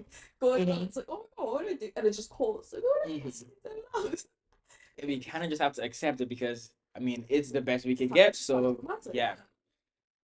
Um. Very interesting dynamic, actually, if you think about it, because we're literally exploring Mars Mm-hmm. as it stands now, and I guess I've never really questioned the length of day. And again, as you say, it's not something that you can have an opinion on. Mm-hmm. There's no Mm-hmm. point in having Yeah, an yeah, opinion yeah, on it. yeah. You have to just take it. Beggars can't be choosers Exactly. at all. And it's just a reality that you're not confronted with ever in your everyday life. Mm-hmm. So the whole dystopian thing plays Yeah, in yeah, there, yeah, which I again. love. Um, and so Dr. Mann and Cooper go on this walk, this hike down to the surface. Why? Um, No, like, oh, to see them, because he told them that the air is much more breathable and there's water and like it's more habitable down there on the surface like than I'll take on that the home. mountains. Yeah, so he wants to see like for himself, like see and like yeah. So on this But walk, what's Dr. Brand doing? So Dr. Brand and Ron, I don't know. Actually, don't even. I haven't paid attention to that part of the story. okay, fair enough. Um, maybe that's something I should look for in my next Yeah, one. Every time I rewatch, I look for different things, but I end up just being so immersed in the story, I kind of forget what I'm looking out for. fair enough. And like when I watched with you, at first I really wanted to notice like the juxtaposition between time happening on Earth and in space after Murphy's message and seeing if like they line up in some way, but then I kind of forgot about it halfway through because I was Yeah, like, I don't. I'm just in it again. Um, but yeah, they go on this hike, and then this is for me is the second most important monologue, and it's such a good comparison between the first one with Dr. Brand, where like her drive for human connection is what makes her want to go see Wolf. But from Dr. Mann's perspective, his drive for survival, his his rage against the dying of the light, his wanting to not go gentle into that good night, we found out that he fabricated the data, and that he just wanted like to see people again, right? He didn't want to die.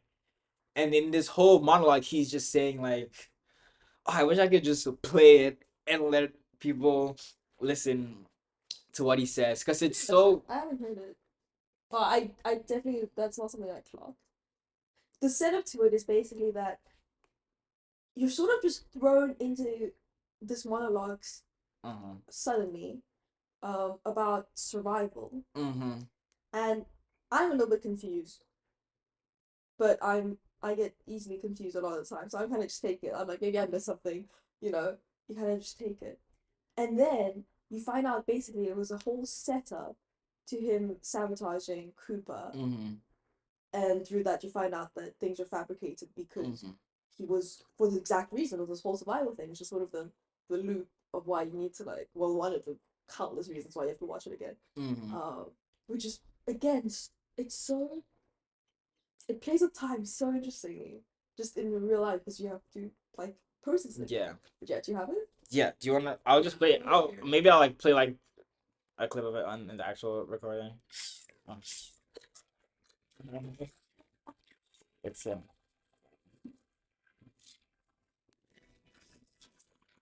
Oh no, this is too early. This is too late. Sorry.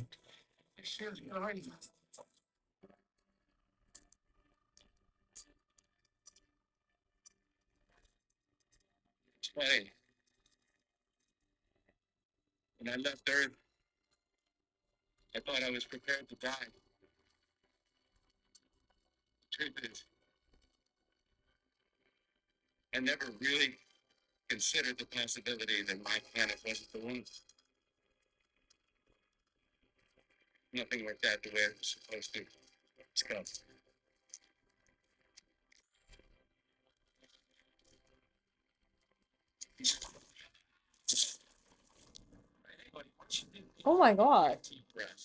See, I was trying to figure out why it cuts back and forth like this. I didn't even realize that was the case of thing.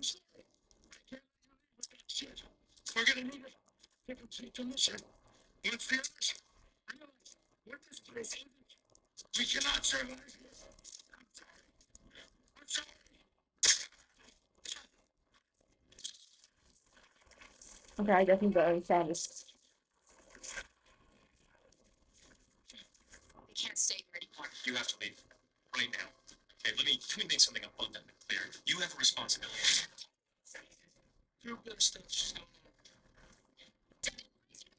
It's like they're both being stubborn in different ways. No, that is true. These cards. It's like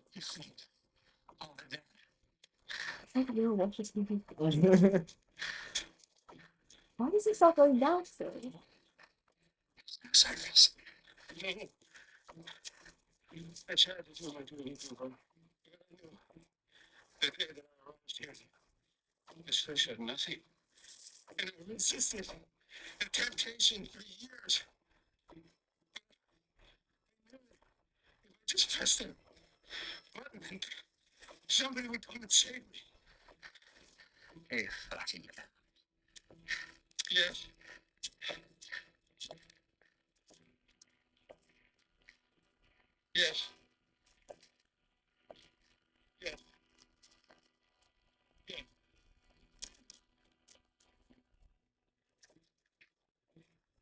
It's like he's so in his head stubborn that he's sabotaging missing, but then back home, Tom is so stubborn that he's not letting the doctor look at his son because his other son has died. It's like, I guess it's both survival, but this is like him trying to survival in terms of his family, and then the other one is more of himself. But they're both like equally not.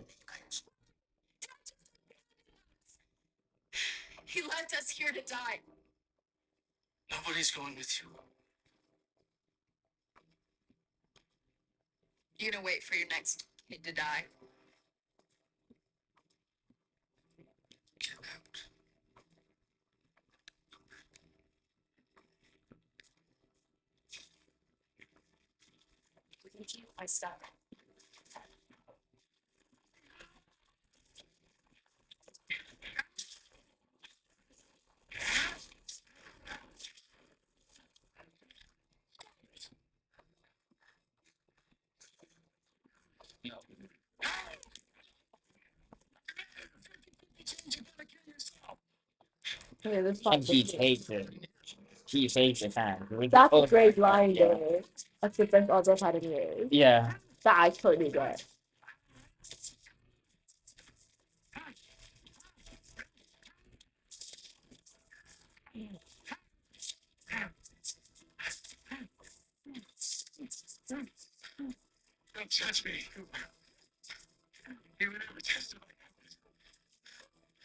And that line also makes me This part, I just understand everything about this least. understanding the issues. The whole like video you just showed. Uh-huh. What didn't you understand? Like, why? Okay, how does Cooper not sense danger and like do something unless he's in shock? Because there's so many moments when he's just standing there Mm, and like he's I don't know what he's doing. He's going down the mountain or whatever, but right. then like man is going down and that's clearly should already like raise flags or something. Or like just now when Cooper calls him a coward Mm, and he's still only like standing there. Like clearly we realize like mm, run, find your thing. I don't know, like something, right? yeah. And then okay, definitely I don't understand the cuts that seem very random. Mm-hmm. Um But it can be. It's Christopher Nolan. It can and be then random. and then yeah, not I'm not really understanding what's wrong with Tom. Is that his name? Mm-hmm. Tom's Son. stubbornness? Oh, stuff. Oh, Like, yeah. oh, because they're going underground, right? And Tom doesn't want to Mm-hmm. go underground, I Mm-hmm. suppose. Um, but yeah, the like hostility between Tom and Murph as well, I guess. Mm-hmm. Like there's clear, I don't know. There's just in both these scenes, both these storylines, Mm-hmm. there's clearly some direness, some intensity Mm-hmm. that is I'm not clocking, and I know it's there, and because I'm not Mm-hmm. clocking it, I Mm-hmm. think that I know that I'm missing Mm-hmm. something. That's what I again, but that's again the cool thing about Nolan. You get the feeling, even if I don't know what it is. I That can you. feel Yeah, yeah, something. yeah, yeah, yeah. I think with Dr. Mann and Cooper, so they're hiking down to this surface. Um, but then right And Cooper before, says, "Oh, there's no surface, is there?" And Man says, "No." mm-hmm, because he's no. He's like there is no surface. Yeah, Is what like because they were supposed to go down to surface. yeah. Takes off his communications, pushes him down the thing, and tries to like stop him from like clawing his way back. And then they So the man tries to injure him yes from like uh-huh climbing. So Man is trying to mm-hmm. kill Cooper. Yes. Like hopes Cooper falls down. Yeah, and he can tell him, oh, like he fell on the way, and then But then they that take the doesn't ship to then go to the other but planet. that Cause doesn't work and that's like Man starts trying to break his helmet. yeah, in some he's just trying in some way to make it like I guess seem like an Yeah. accident, like get rid of Cooper. Yeah. Um, I guess because he realized he's the one that everyone else listens to. And he kind of fabricate this whole I don't know. That's Um, also an interesting point. Like why kill I what he's the leader of the mission. but surely that would just be because Cooper's just happened to be the one that like went with him on this walk, right? No, I think it's also because Like he in wants to kill Cooper's mind, job is done, right? In everyone else's mind, job is done because this is the planet that is do habitable. you know why I think And so Cooper wants to go back to Earth now with the ship, but man says you can't do that because he knows that this is not job done, that they have to go to the next planet. Oh, yeah. I was about to say, I think I don't get it because from then on, a storyline starts that I don't understand. Oh. Like the storyline of, because the next thing I wouldn't have understood is why man, like what man is doing with endurance ship. Oh, trying to I stop. don't understand. Okay. Yeah. Yeah. So this makes sense. Yeah, yeah, yeah, That, yeah. okay, man is still trying to do it for the betterment of humanity and knows that Yes. we need to continue but Kuba would have gone straight back home, and the others are ready to like die and on Hmm. this trip with Kuba. Ah, huh, okay. And I think back home, it's very interesting. I feel like it's sort of an anti-vax kind of dynamic going on with Yeah, a Tom, little bit, right? where I mean, if you're if the only like authoritative figure in your life, being his dad, Yeah. like left, you to fend for yourself on this planet. You're gonna develop some animosity towards science and that type of methodology, Yeah. right? And I think he's very so that makes him very much against like doctors and all this science stuff, where he's like, this is what I know, this is what I guess kind of brings me comfort. Yeah, and it's crazy because it's because of that personal element. Um, he's like not essentially not doing the better thing. Mm-hmm. It's because he's attaching the fact that like his dad went and now it's Mm-hmm. just useless basically. Mm-hmm. Um, and therefore he's not gonna do the thing that probably everyone else in that world is doing. Do you know what I think also? I feel like a part of the curriculum has to do with this, where they've been like, because obviously they're being told that like NASA and space stuff is bad, but he knows that his dad is doing space stuff. If you've been indoctrinated in that way of thinking, you're gonna develop even more animosity towards like that sciencey stuff, where like you're the ones that I'm imagining they're being taught that that's what left them in this space of where like they have this plight and climate change and whatnot is because of what the scientists did, and that's why the moon landing is fake and blah blah blah. So he's probably very much like, I don't want anything to do with this. I'm imagining that's what the anti-vaxxers in real life probably think in relation to like modern medicine and stuff like that. Because his and he's so blinded by it, where his first son has died from this, and he's not seeking help for his second. He's just kind of hoping that things change, kind of blindly. Yeah, he's become very, very skeptical Mm-hmm. because that's oh my god, I feel like you just opened a whole new door for me. Because as you say, everything he's learning in school is based on the fact that NASA isn't real. Mm-hmm. That's probably a bit of a stretch, but already the fact that this exists will lead him to have um he'll be very confused Mm-hmm. because he knows that NASA's real and this is his whole life, his whole upbringing. Mm-hmm. And now on the flip side, his dad left and was supposed to come back, but now there's absolutely no word. Mm-hmm. So you just presume that like I don't know, that side's some sort of dead end. So the only thing he can do is trust what he knows. Mm-hmm. Literally him as a person, Yeah. nothing else. He doesn't represent a group, he represents only himself Mm-hmm. in this whole world.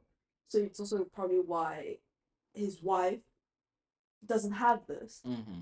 but his wife is also scared to go against him because he all those reasons. Mm-hmm. But she is clearly like swinging one way and is more receptive to getting this help. And Mm-hmm. he's so covered Mm-hmm. because Mm-hmm. of this. He's essentially like almost the only person in the world in this. Yeah. My God, the whole thing with anti-vaxxers, I'm gonna need to like sit and digest And it. Whoa. I think that's also Dr. Mann being like so absorbed in his own world, where like he doesn't listen to anyone, even when like after some failed attempt to kill off Cooper, like these are the best odds I've had in years, Yeah. where like, and now that everyone's telling him do not dog, like everyone's telling him the thing that will help him, that will save him. Yeah, yeah. Hold on. It's so interesting that man is willing, like, watching Cooper die. Like, he's He tried to watching. watch. He tried to watch, Mm-hmm. but already I think you can tell that the whole sequence of events has been so meticulously planned by him through the times that he was, like, alone. That in every spare waking moment, probably, he's been thinking about it. And if something were to go wrong, he'd have a backup plan. Like, oh, Mm-hmm. what, like, he didn't fall into the thing, now he's gonna try to crack his helmet. Da da da, you know. He had this whole speed Mm-hmm. comedy plan already, this whole Yeah, plan. Like, it's crazy. Yeah. where he's like telling him like he's kind of talking him through the death in a very cynical way, like do you see your kids, like do you see your life flash before you, like stuff like that. Then he's like, I can't watch, and he starts walking away, and that's when because he's so absorbed in like this moment that he's been, I guess, planning on his whole life. He doesn't realize what Cooper is doing. He thinks he's like scorning, like tugging, like to not die, but he's reaching for the little communication thing to put in and like ask for help. Yeah. um yeah, I feel like if you're in Man's position, would you do what he did? Because I feel like, as much as I, well, see, you want to say no, but like, No, I want to say I feel like I I know that I'm would. gonna be the biggest coward. Yeah. There's this whole. I remember the first time I realized like the true cowardice of man, I suppose. Mm-hmm. Was when my brother told me about the end of a book. I believe maybe I miss. I think I Messenger referred to it. I don't know, but it's like I don't, it's so random. I'm gonna tell this wrong. Go ahead. It's like a man with a really really hungry rat Mm-hmm. trapped in a bucket placed on top of placed on top of a human, and in that moment you choose that either you get this treatment or another human does. And Mm, those are your only options. There's not a chance that you will go through that whole experience and not switch mm-hmm, to choose for the other person mm-hmm, to suffer through that pain. mm-hmm, mm-hmm, And my brother told me this one. I remember it so vividly. I was about 10 years old. And I spent so many years, like, sometimes I just think of it, trying to convince myself that, like, mm-hmm. no, like, I'll be selfless. I'll suffer. But I was like, no, No. because you're living through that. Mm-hmm, And at some point, nothing is going to be clear to you. Like, everything's going to be black and white that you just wanted to stop and you wanted to be the other person. I was like, but yeah, no, I'd biggest coward. I would do probably exactly what he did, mm. which is that's so terrible. Yeah, But like, it's kind of it's an so real, ugly right? truth moment. Yeah. It is, and it's the whole like he held out as long as he could, but he knew that one button would. Maybe I'd have faith that maybe I'd just like kill myself because that's not an option, right? Yeah, I guess. Like you press this button, you get saved, you try whatever. Oh, maybe he thought that like his life was worth living because he was smart enough to continue the mission to perhaps like look on other planets or something. But like, why bother holding out for 3 years if you know you're gonna die? Just die. Mm. Anyways, But I guess he didn't know that it was 2 years. He didn't know how long it was gonna be, or if they would even come. but his plan wasn't even viable. Yeah, He knew that they would never come. that's why he pressed the button for them to come Yeah, but I'm saying to like, save. Oh, anything he so think you his you life is you worth living. Yeah. he landed and he knew that his plan wasn't viable. Mm-hmm. So now you know that your next option is death, and you went on this thing knowing that you might die. I mean, Grant, like him saying that he Mm-hmm. never considered the possibility that his planet was not going to be Mm-hmm. viable is so real as well. I feel like I Mm-hmm. think there's a lot of things in life that you can plan for absolutely everything, Mm-hmm. like he did in killing Cooper, but still have something that you just didn't consider the possibility of happening, Mm-hmm. like Cooper surviving that, Mm-hmm. basically, right? It's not even just that. It's like also if he says that and he really thought that his pilot was gonna be, that means he rallied 12 other people, fully believing that they're the ones gonna die, and he's the one gonna. It might have not. I feel like this was something that it was also as likely that he didn't even consider. Like he just assumed and took it as a given that the planet Mm, he was going to be on. it's That no, gonna that all be. of them would find success. Like probably, Mm, like at least for me, if I were to consider, if I were in that position, it would be two separate ideas that some planets aren't going to be viable. mm, I definitely assume that some planets are going to be viable, but I would not connect that to the fact that some people that I see now with me, these 12 people in this room, mm, some of them are going to die and never come back and I'm never going to see them again. It would just be two separate ideas. It's kind of like, I know death mm, exists, but I can't really imagine a world without, I don't know, my dog, you know? mm. Till the day that he actually Yeah, dies. but I feel like the way that I understand his character, it's very much a thing that I could see him doing, where like, cause he says like, I didn't consider my pride to be the one, so Mm-hmm. like implying that there's only going to be one, and we know that he was the one that Yeah, rallied these also true. other people to It's go on true. this mission. Yeah. I feel like he definitely could have had it in his character to fully know everyone else he's seeing is gonna die, or like think that except for him. Now that you say that the fact that he knew that they had to continue the mission to go to another planet. Mm-hmm. I never like I mean I was confused about this for so long that he still wanted to continue on. He Mm-hmm. was just too cowardly to die in Yeah, that one moment. exactly. Nothing. He's still not deterred from his original mission. It's not that he wants to run back to Earth Mm-hmm. and see other people and eat the food again. No, he still wants to go on. He was just But away from you say it. you think you would kill yourself. I mean, the only reason I can think of why I wouldn't would be that uh I think that I'm invaluable to like indispensable to Mm-hmm. continue this mission and I know that I can still like if people came to save me, I could kill the captain and continue being said captain or something. But like logically in my head I think that if I made my peace with death leaving, I land and I see that time is not I'm just gonna die, then Mm-hmm. I'll not prolong that thing. Mm-hmm. It's how I think. I mean, obviously I Yeah, would, you but like, wouldn't know. Yeah, kind of like logically. surely this is Mm-hmm. what I would consider. Yeah. Because also like, oh, there's a story about this guy who, oh, I mean it's fictional, it's never a TV show, but um, car was burning past the point of like saving, and there was another person, and his like lifelong thesis, whatever, in the car, and he had a split second to save one of them. Obviously, the time would not be the same, but he Mm-hmm. saved the paper, and he spent the rest of his life being hated by every single person on the floor. Like Mm-hmm. his reputation was ruined, Mm-hmm. but he was like, I spent my whole life like that's kind Yeah. of being selfish in a life or death moment, Mm-hmm. and the other side of me is like, I don't think I could keep on living being the guy that everyone hated if people found out the truth or Yeah. the guilt that I killed But I someone. guess in the moment you're not really thinking about the aftermath. You're thinking That's the about the thing. immediate, You're not like thinking about what the you're next. gonna save, and a Yeah. lot of people are just selfish. I think everyone, You think you as don't most have to. people, would be selfish in a situation like that. It's so easy. Like once I feel like it's so easy once you're in that situation to just hit the button and just like lie. Like people lie every day over stupid shit. Like it's very it would be when the stakes are that high. It's very tempting for most human beings How did you wait to to just click that button. 3 years? Because think about it, we don't know if other people would have done the same. They probably just crashed and died like Miller. Who's to say they wouldn't have done the same? Where like if they had survived and it's like they figured out, oh, it's not the one. Who's to know that they wouldn't also just press the button and lie? You know? I don't like just because you don't want to die. Yeah. But you were supposed to have made your peace with death when you left.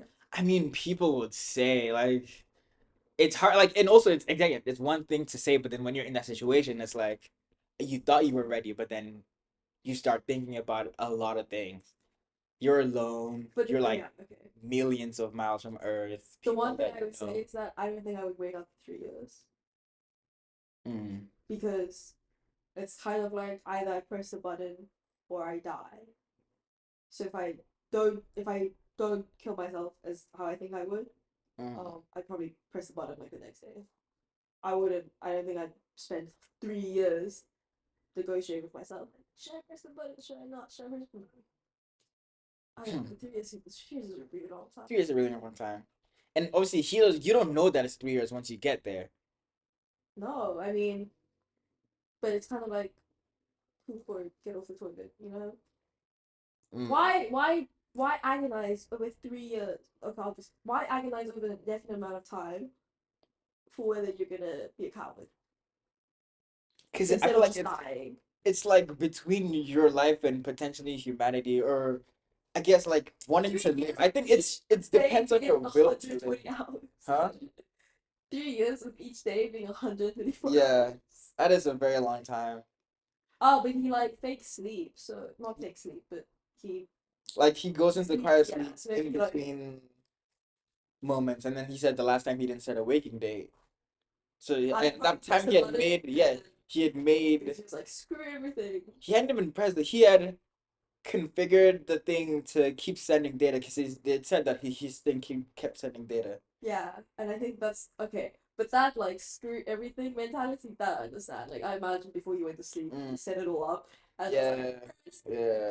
I mean, he doesn't even know that if he was gonna get saved. He said that like he knew if he just pressed the button he'd get saved. He don't know that because why else would he put himself in indefinite sleep? Mm. Because that's effective death almost kind of. Yeah. So he probably was like screw everything. Exactly. Yeah, yeah, yeah. Okay. Um, so that's my second favorite monologue, and then he gets onto the rover. It's not even a rover. It's a spaceship. Mm-hmm. To try and dock the station. And Um, they're all yelling at him, like Dr. Brown and Cooper are like, don't yeah. talk. Because you Obviously, know before that, Romilly dies, so we skip that over. Oh yeah. Because he Dr. Man had configured case to Like self-destruct. self-destruct, but at the I guess contact of human with I think human it's something like, oh, interaction. once your data, if your Yeah, data is going to get looked at, do I this. think it's a fail safe. Yeah. Um. So he dies, but also we don't even have time to like process all that because now he's trying to in his head save the mission, but he's putting it in even more jeopardy. Yeah. Um, He's so driven by what he thinks is the right thing and that he knows exactly. best and he knows everything. Mm-hmm. That literally the only thing Bran is saying to him, it's not even Cooper. Well, Cooper was literally Cooper. It's like, don't dock because Mm-hmm. you don't know how to. Mm-hmm. Also, I don't understand why they have to dock, but sure. Dock the space station. So, what, like recharge or, No, no, oh, no, it's no, like the no. whole thing. Yeah. So that's how. So if you see, it's like a Spinny thing with 12 mm-hmm, seasons. Yeah. for each of the Planets. yeah. Um, and the main thing is what has like I guess most of the fuel and whatnot to like actually move. The little Part that broke off. The exploratory thing. the little spaceships that they take are the ones that they take to the planets. So those are like I guess shorter travel relative to like the vast thing of space. That's more suited to like actually go interplanetary, if that makes sense. They had two? Huh? They had two? It's 12. Yeah, but like, how did Man have one and Bran and Cooper have the other? So man, so the thing is up there. Cooper, Bran, and Romilly took one, brought it down. Man had one that he came with originally. Okay, okay, okay. Yeah. So he takes the one that they had up to try and dock with the rest, and he can't do it. They had disabled it earlier because Cooper. I forgot the reason actually. I think he wanted to do it manually. Or Tars had disabled it, so he had to do it manually, and he couldn't. Yeah. Um, and even with the system telling him that it's off, like he just was too in his head with everything, Yeah. too determined. He goes, Probably because I think he's convinced that Cooper mm-hmm, is trying to like sabotage him back mm-hmm, with like taking him mm-hmm, back or something. yeah, It kind of just blows past the fact that like Man was essentially a murderer. mm-hmm. But yeah, and Try, Cooper still trying, yeah, yeah, yeah. like the Because Jed to be like, I guess it's kind of having that empathy of if you were in his shoes, it's very like if you try to put yourself in his shoes, it's more understandable that couple for with the him fact, to yeah. be in this delusional state But that couple than with the not. fact that there were much bigger problems happening right then and there for like you to be mad. What Mm-hmm. do you do if you're mad? It Mm-hmm. is. Mm-hmm. And so he opens the hatch, it explodes because it's not vacuum sealed, it's not docked Yeah. correctly, and That's that's the where end of Ultraman. I screamed in the movie, and that's when I remember that I scream very like out loud when something scary happens. The whole cinema was silent except for me. And I And our last, it was way louder than what I just did, by the I way. just oh my god, I was hoping that like it kind of just got muffled with the explosion. Do you know it's such an automatic thing that I couldn't even stop. Do you know in Oppenheimer when the whole okay, Nolan made the movie silent when the big boom happened, Mm-hmm. but I had plugged my ears so early in advance just in case I screamed out. And for this movie, I completely forgot that I scream out loud when scary things happen. And that was yeah. Oh god, Yeah. I thought it was more concealed. No, it added to the ambiance of the of the of the experience. Don't worry, I'm sure everyone enjoyed it. Also, just funny side note: after the movie, I looked around, everybody was crying. You Really? were crying. The couple next to you were Oh crying. my god, People had tissues. I was like, that damn. was so funny. I was the only thing in my head was like, oh my god, I'm a sobbing mess, and all Caleb is doing is looking at me. No, it wasn't just you. Everyone was crying. It was Loki kind of like poetic That's so at the cool. end. I'm Actually, like, whoa. everyone except you. Yeah, well, I was. Everyone probably, if everyone saw you, they'd probably think like, oh, who's this heartless animal? I've just watched it too many times. Um, So yeah, thing explodes. thing explodes. It's like one of the 12 Um, things, kind of. yeah, like a couple of them. So it's not like a full circle yet. Also, 12 clock Yeah. time. Like yeah. Um, And then Koopa's like, I'm gonna die, yeah, careful. And they're like, this is crazy. And I don't really know why it's crazy, but you know, you're oath to action. So it's like, yeah. So Koopa starts spinning crazy yeah. because this thing is spinning Uh-huh. crazy. And it's sort of, I don't know. I'm assuming that this is just the like, it's not good. Mm. Proof impossible part of the movie. Part, yeah, yeah, yeah, yeah. But yeah, super intense. He does it. Cause he, Somehow makes it yeah. work. Super cool. Yeah. But even in that moment, it's apparently still quite scientifically accurate, um, in the sense of like how it's spinning and how fast it's spinning, Oh, because it's and going the like fact that, the other way than it's supposed to or something.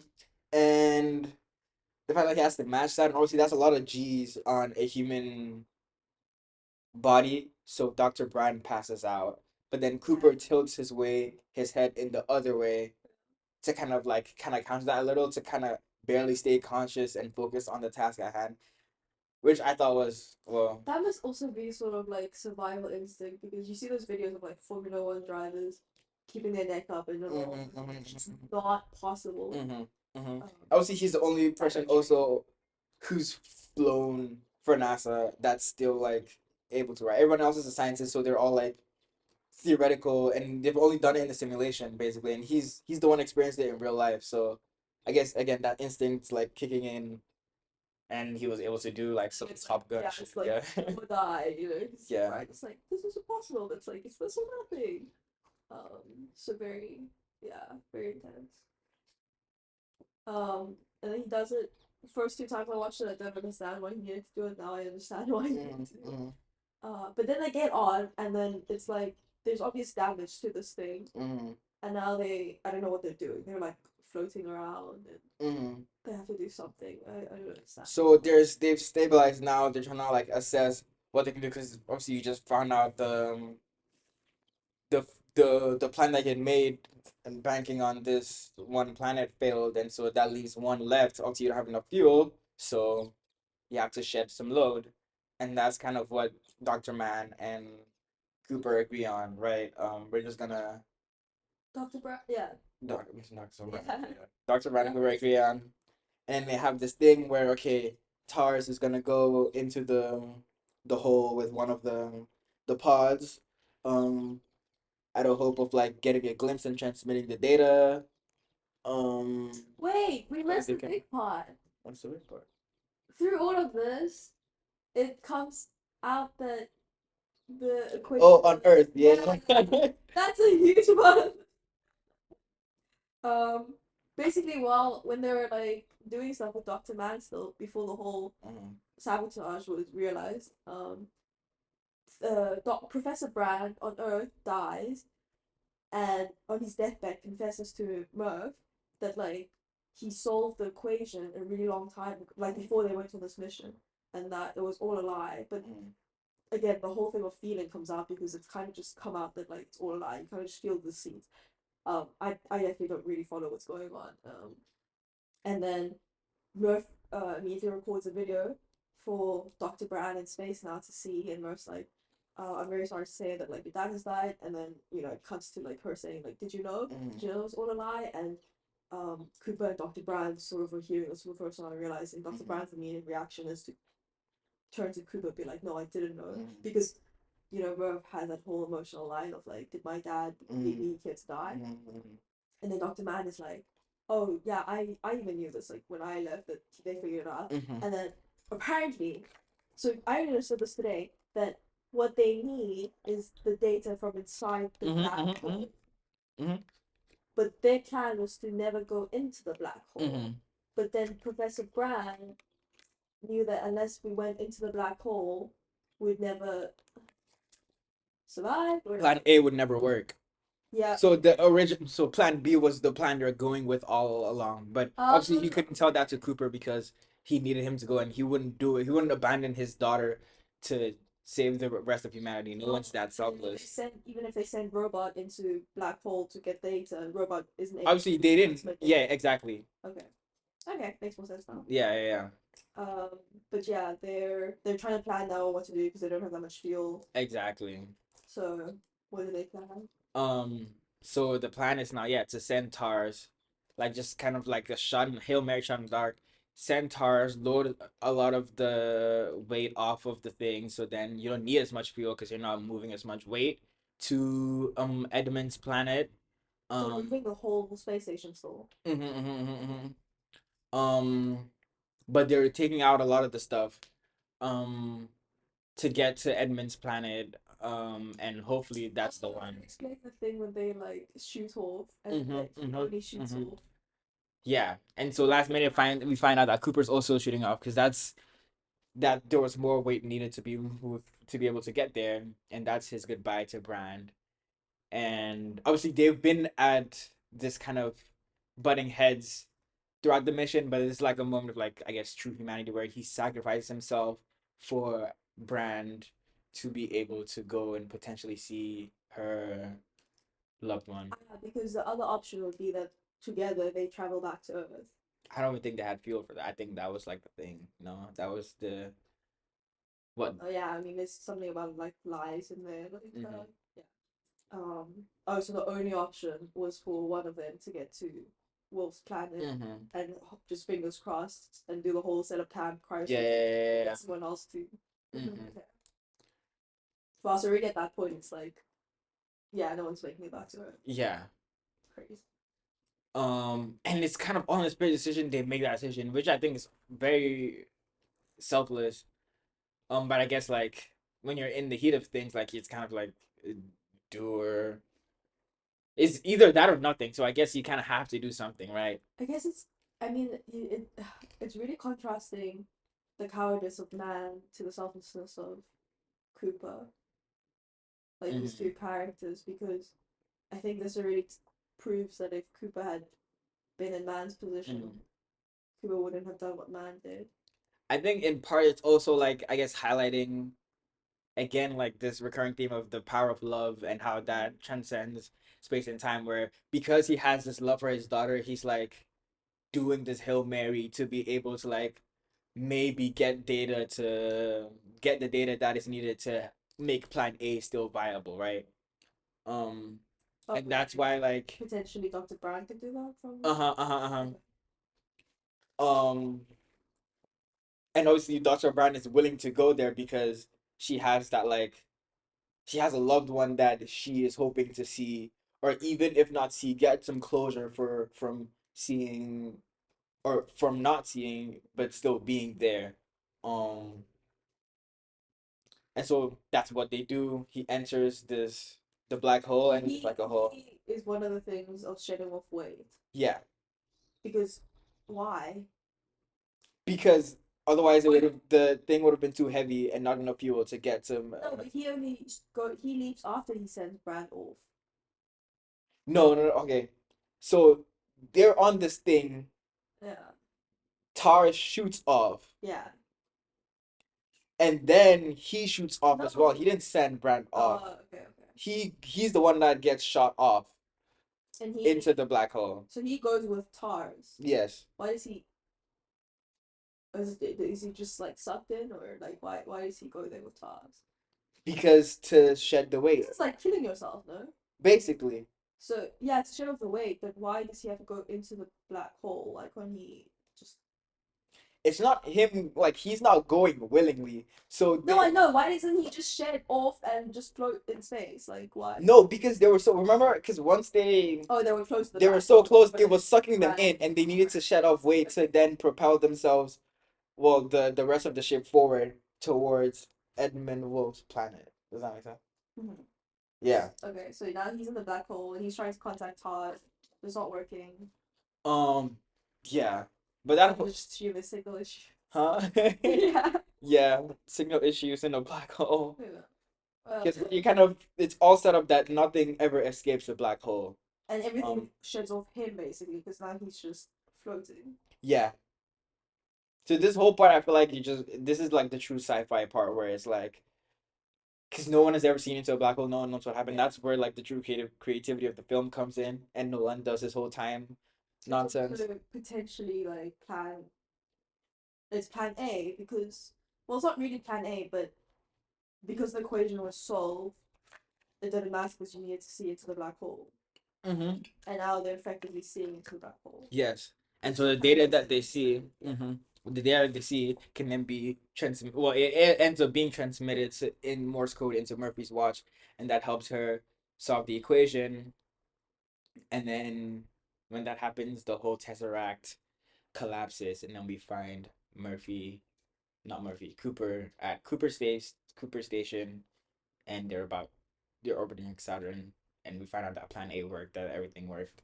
Um, and it's like kind of like a closed time loop thing, but in reality, it's like basically trying to explain. I have so many. Every time I watch it, I have like a different theory. First, I thought that it was like Murphy's law. Everything that can happen will happen. So everything that has happened will happen. So it's like a thing. It's a linear thing where it was always supposed to happen. That he goes and comes back, Yeah. but him going meant that he had already came back, kind of thing. But now I think it's just all happening at once, Mm-hmm. where like the past, the future, the present, it's all at the same time. They're just seeing it forward, but he only gets to see it backwards once he enters a black hole and he handshakes with Dr. Man. So in that one moment, his perspective changes and he can see it backwards. But it's not like him going into the past. It's just his perception of time. I think is what happened upon my sixth watch. Do you know what I like to do? I immediately just link this to The Good Place and Jeremy Burroughs and just explain that it's all happening at essentially at the same time, but that it's happened before. It's also currently happening. It's Yeah, happening in the future. Like it's just a loop.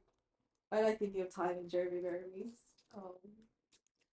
and I think that's what the film set it up to be as well, because they were saying like how for these people like time can be a canyon that they jump into, the present or the future. Like it's like a physical thing in a higher dimension, Yeah. basically. But that's just the science stuff behind it. The real touching part is that he manages to come back to stay to the station. The plan worked. Oh, also when he enters the Starlight, he can see. We missed this completely. He can see into Murphy's room Yeah. through the bookshelf, and we found out that he was a ghost. And so when he finally reunites with Murphy, he was like, "I was your ghost." And Murphy is this old lady who's like now obviously world renowned because she saved the world basically with the equation. But it's this heart touching moment where he did end up being able to fulfill this promise right before Murphy died. So it was really like a last minute thing. Um, but they have their moment and then he's off again. I am imagining to Dr. Brand, which we then see on a planet that looks suspiciously like Mars, burying Wolf and setting up for the long sleep. And that's the movie. I have so many small questions. So I was thinking when he is in the space thing, it's the first time that you like the time dimension thing. It's the first time that you see him express like true remorse Mm-hmm. for and like regret for Mm-hmm. leaving Earth and making that Mm-hmm. choice because this is essentially solving all these problems and he's never gonna get back. Um, and then you see like this desperation of him trying to communicate and getting his past selves to stay. Even though that all happened, I think that if he were to do it all over again, as it was shown, He would do it without again. the spotlight, he would still do the same Yeah. thing. Which is like, it's just kind of still crazy. And I think really, uh, it speaks about how like just human behavior. That a lot of people say that they have these regrets, but likely if they Mm-hmm. want to do it all over again, then still do the same thing. Mm-hmm. Um, and then I think it was such a dad thing for him to when he reunited with Murphy to be like, I was your ghost, even Mm-hmm. though she knew. Like, Mm-hmm. I feel like the bigger person thing to do would be to assume Murphy knew. Do Oh. you know what I mean? Because I thought that was super interesting that he confirmed it basically Mm-hmm. in that moment with her. Yeah. I thought it, I didn't see it. I thought it was more like Like a reference, like a yeah. to speak about it. Yeah, I think it was also just such a touching choice to make that moment of them reuniting so brief, and for her to end it like no parent should see their child die. And Mm-hmm. I have my own family now. Mm-hmm. Um, and he leaves, and like it was so short but so perfect. Mm-hmm. I think that was the best way it could have happened. I think it was also funny. Funny. There was a lot of callback. It was a funny callback where like they're playing baseball because obviously earlier when his daughter got in trouble, he was like, I think I'll take her to a baseball game. Oh, And then it pans into like he hits like a home no, run I didn't clock and that. like Yeah, a spherical dome where it hits like the glass window in someone's house, and then that's what she's watching like from her. No, that's just what's happening yeah, when he there. But wakes then, up. yeah, Do you think she went into cryo sleep for the last 2 years because she was expecting him to come back? I don't know. They said that she was on another Yeah, she was in another station. station and that she was too old to.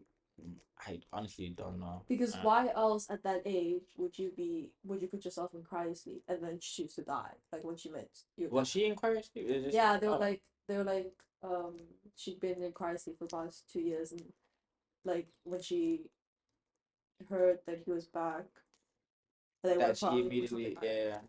Yeah, so it was kind of like she was it felt like she was waiting. waiting. Maybe But yeah. then also like how much time had passed between him floating in nothing with his oxygen supply running out? That's why I said that's like everything in the black hole is like purely up. I feel like up to the creativity of Yeah. Nolan's direction and how he chose to play with time. That I was super curious about, like how I suppose because time would be different, so then Mm-hmm. yeah, okay. Because the black hole is so dense in gravity, Yeah. like it was probably like maybe minutes, but on Earth like years. Because like the planets that were close to the black hole already an hour was 7 years. So the black hole itself being so dense, it probably forever. But then if everything was already set up, why didn't they go to Brad earlier? Right? Who? Like the people on the space stations. No, but they. I think he's the only one that would have known. No, because he. No, she Cooper Murphy knew. Because the first like one of the only things Murphy said to Cooper was like Oh yeah, yeah, yeah, yeah. and surely like at some point in your development of realizing everything is fine, with your space stations and Mm-hmm. humanity, you think You like, yeah oh, there were 3 planets. yeah. Why not? But I mean, I'd imagine so because when he there were what's it called? There were ships on the thing on the station, and he stole one to go to Brand. So I'm imagining they were like probably setting up a mission to do it. No, but like, it probably would take a very long time to get those ships there in the first place. No, like Mm. Murphy is clearly very old. Yeah. So in those possibly 50 years, like at no point you went to Brand.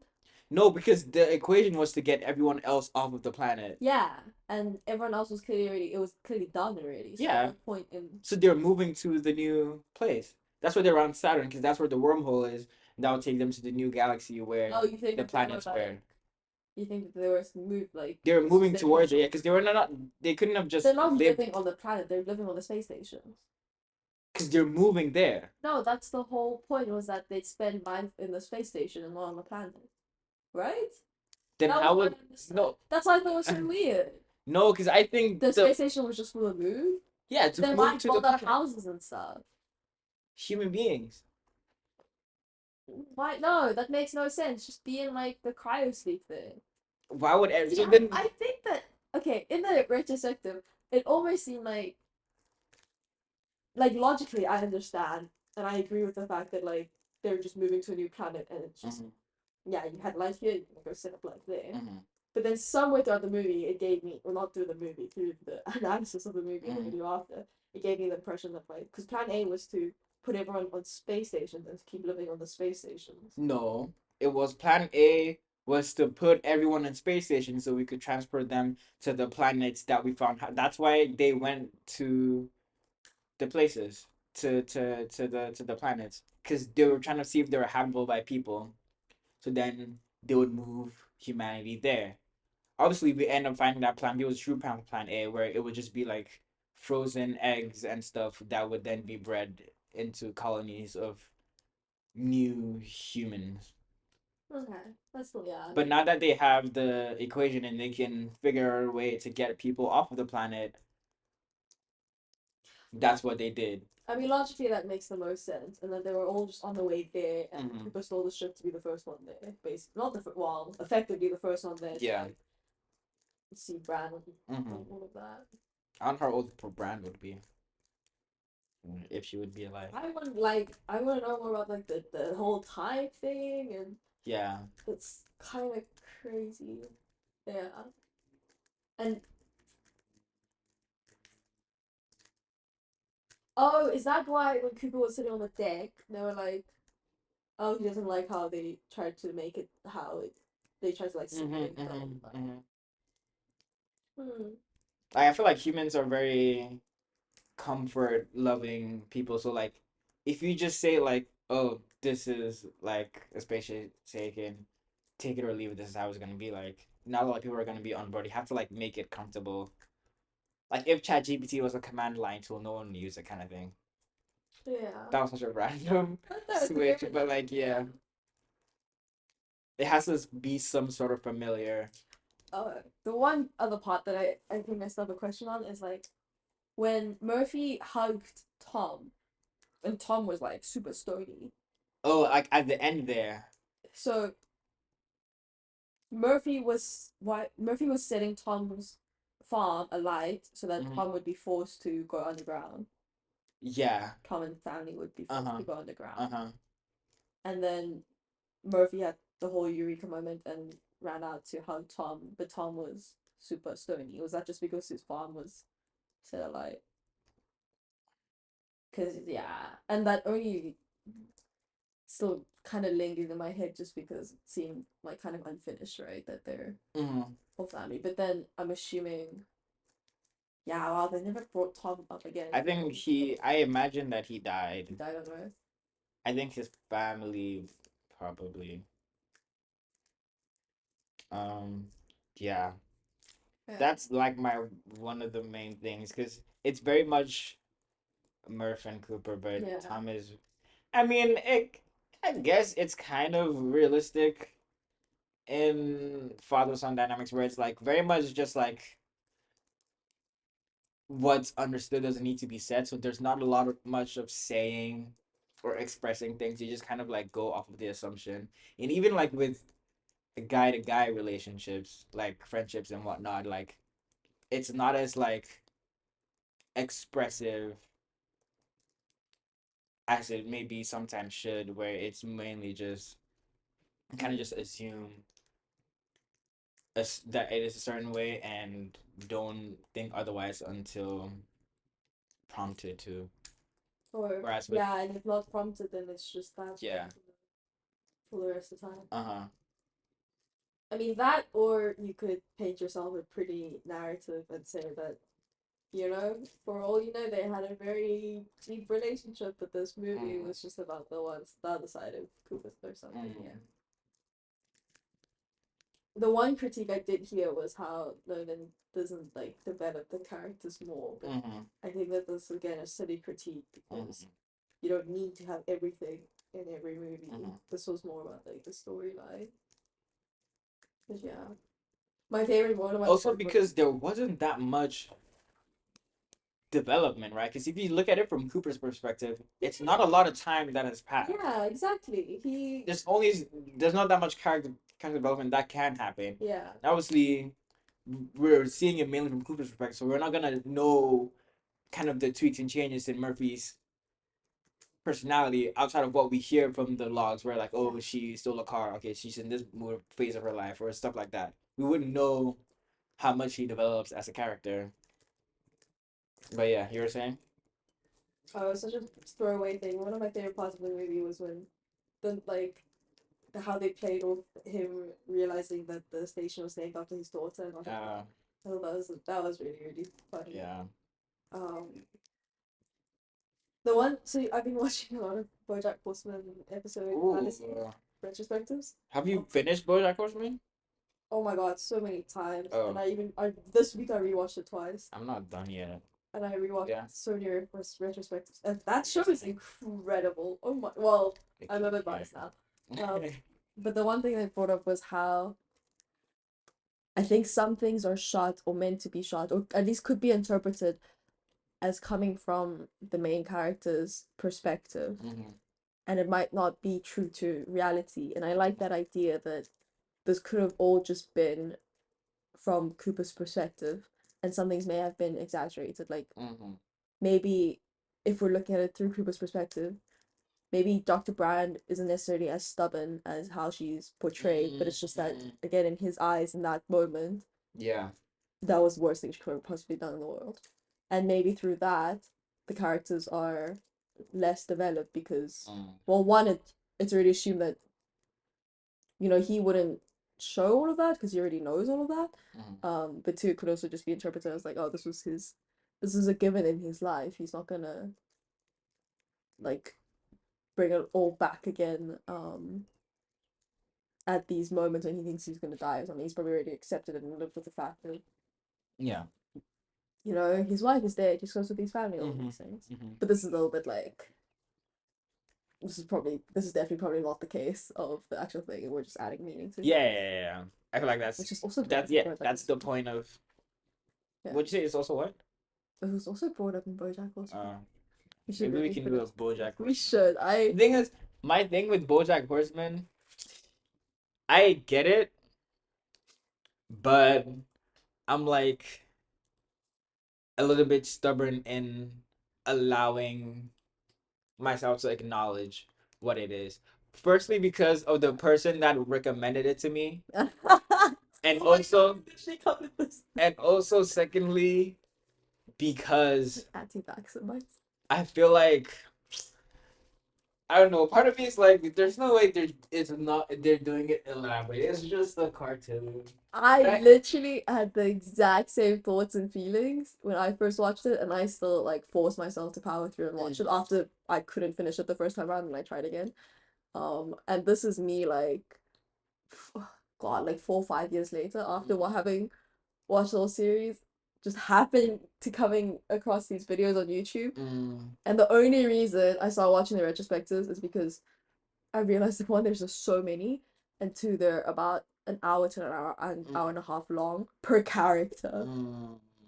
And for a period of time, I needed really long content for many hours. I just watched it, and the aftermath is now I think the show is great, Yeah, but no, I had none of these thoughts yeah, before. no. I still have the opinion that it's one of those things where like I feel like everyone's being overly pretentious about how good it is, where Mm. it's like, Oh that's the point that Bojack is a flawed character and you're not supposed to like him and he's not likable and that's the whole point of being a Hollywood star and yeah. blah, blah, blah. I'm like, fuck you, man. Like, I but I have gotten understand. to like, I think I've gotten pretty far. I just don't have the urge to continue right now. The one thing that has stuck to me, and I don't even know why I'm mentioning this here, but like there's there's commentary on it that some people there was a period of time when some people were watching this show and justifying essentially their own actions, um, their own bad actions because they were the same as BoJack Horseman's, and the creator of the Mm, show was like, "Oh my God, the point is literally the opposite of mm, this." mm. So basically, people were feeling like that they were okay people because they were doing the same things as Okay. BoJack, but the fact of the matter is that BoJack is inherently a bad Mm, person, a mm, bad horse, Bad and one. that people should not justify their own behavior just because it's relatable. Mm-hmm. Mm-hmm. Yeah. So they did a whole almost like meta episode, uh, where Bojack said that he felt like he was an okay person because the character he was playing, In the in older shows, again yeah. in the show was doing the same things, Mm, and his best friend was like, "Oh my no, that is so screwed up. Just because it's the same doesn't mean you're still a bad person. That person's like the person you compare yourself to is still a bad person." Um, and it was one of the places where they turned it around. But that whole sentiment stuck with me. Like just because I relate to a character does doesn't not mean, mean yeah. that this is an okay thing to Yeah. do. And that has come up here as well. Like just because I understand man's behavior does by Yeah, yeah, no means exactly. explain that that's not selfish and not a bad thing, and that I should just let people also get away with that behavior, Yeah. Just because right? relatable is not valid, yeah. Yeah, which is I don't know something that's been very Mm. prevalent. BoJack Horseman episode coming soon. But yeah, um Interstellar. Glad I watched it. Still would not have watched it alone had we not gone to the cinema. yeah, I'm glad that I forced you there. Oh, I Um was so like even immediately after watching, um, I was like, I can't even talk to anyone. Could not even speak to you. You need to really like yeah. sit with it. I imagine the bike ride was Oh, But yeah, I remember like I was just making effectively like small talk with you after, just Mhm. because we were biking the same way for a little bit, and I was like, oh my god, you just so much, Yeah. and I couldn't even rewatch it immediately. I think I waited a couple days. Mhm. Oh, but yeah, Yeah. there's not enough analyses of it online. The longest one I found uh was about like its like setting and stuff, which as great as that is was not what I was looking for. I wanted Mhm. like a retrospective. Mhm. And the longest one was only 40 minutes, and I was like, I need something like 90 Yeah. minutes long to explain Almost everything as to me long like as I'm a the movie. child. Yeah. This is almost as long as the movie. We're like 2 hours and counting. That's I kind of get that because I feel like just explaining what happened in the Hmm. movie will probably take Yeah, as long yeah, as the movie.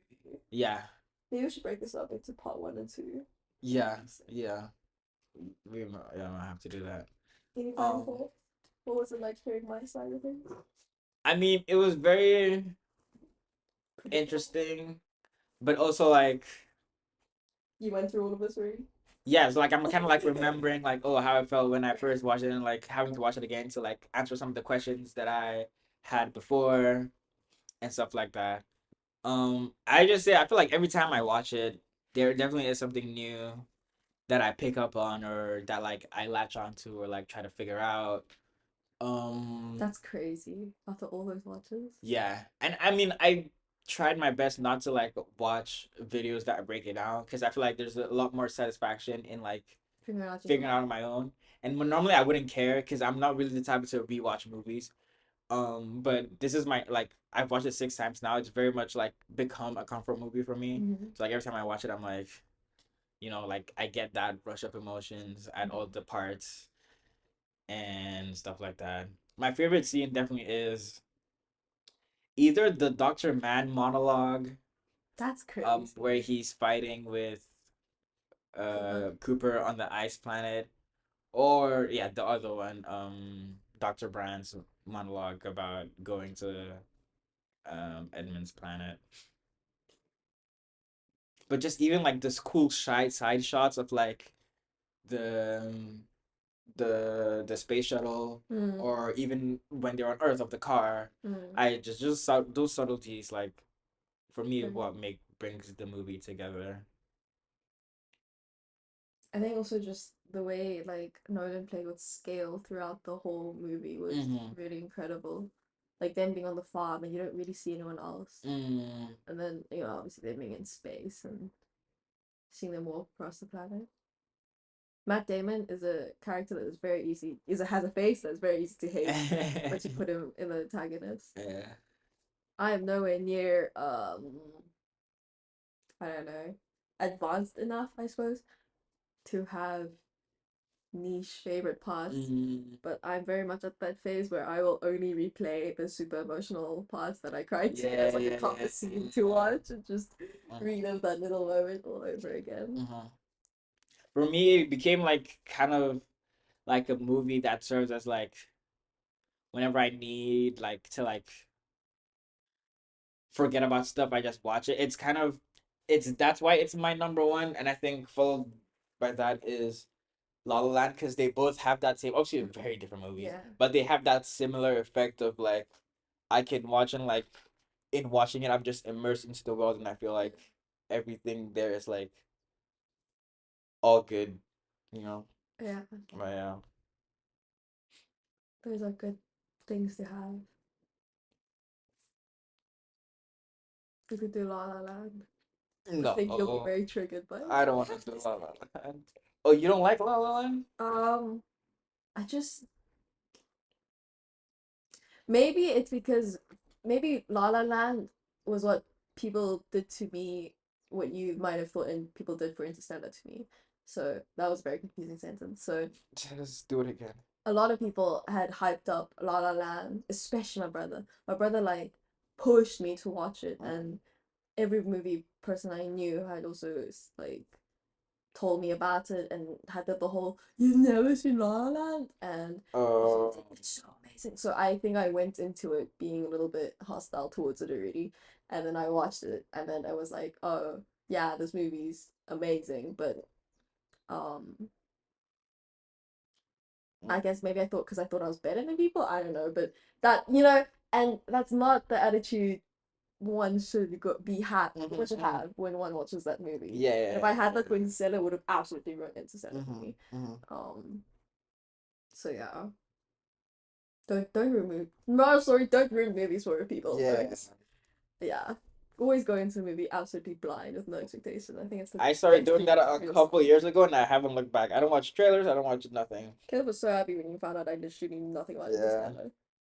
I feel like it really is the best movie watch It experience. Like, really I is. understand the point of a trailer is to like hook you. Yeah. But, like some trailers aren't done well these Trailers are the days. worst thing. Sometimes they ruin the whole movie. Trailers is literally like picking a page in one of the last 10 pages of a Yeah. novel and reading the whole thing Yeah, it's like and then starting you the know book. what happened now. Yeah. Like, what's the point? Yeah. But yeah, if you haven't watched Interstellar, please do. I really hope no one has listened to this. Jesus, that would be the worst thing ever. But yeah. Um. Anyways, yeah.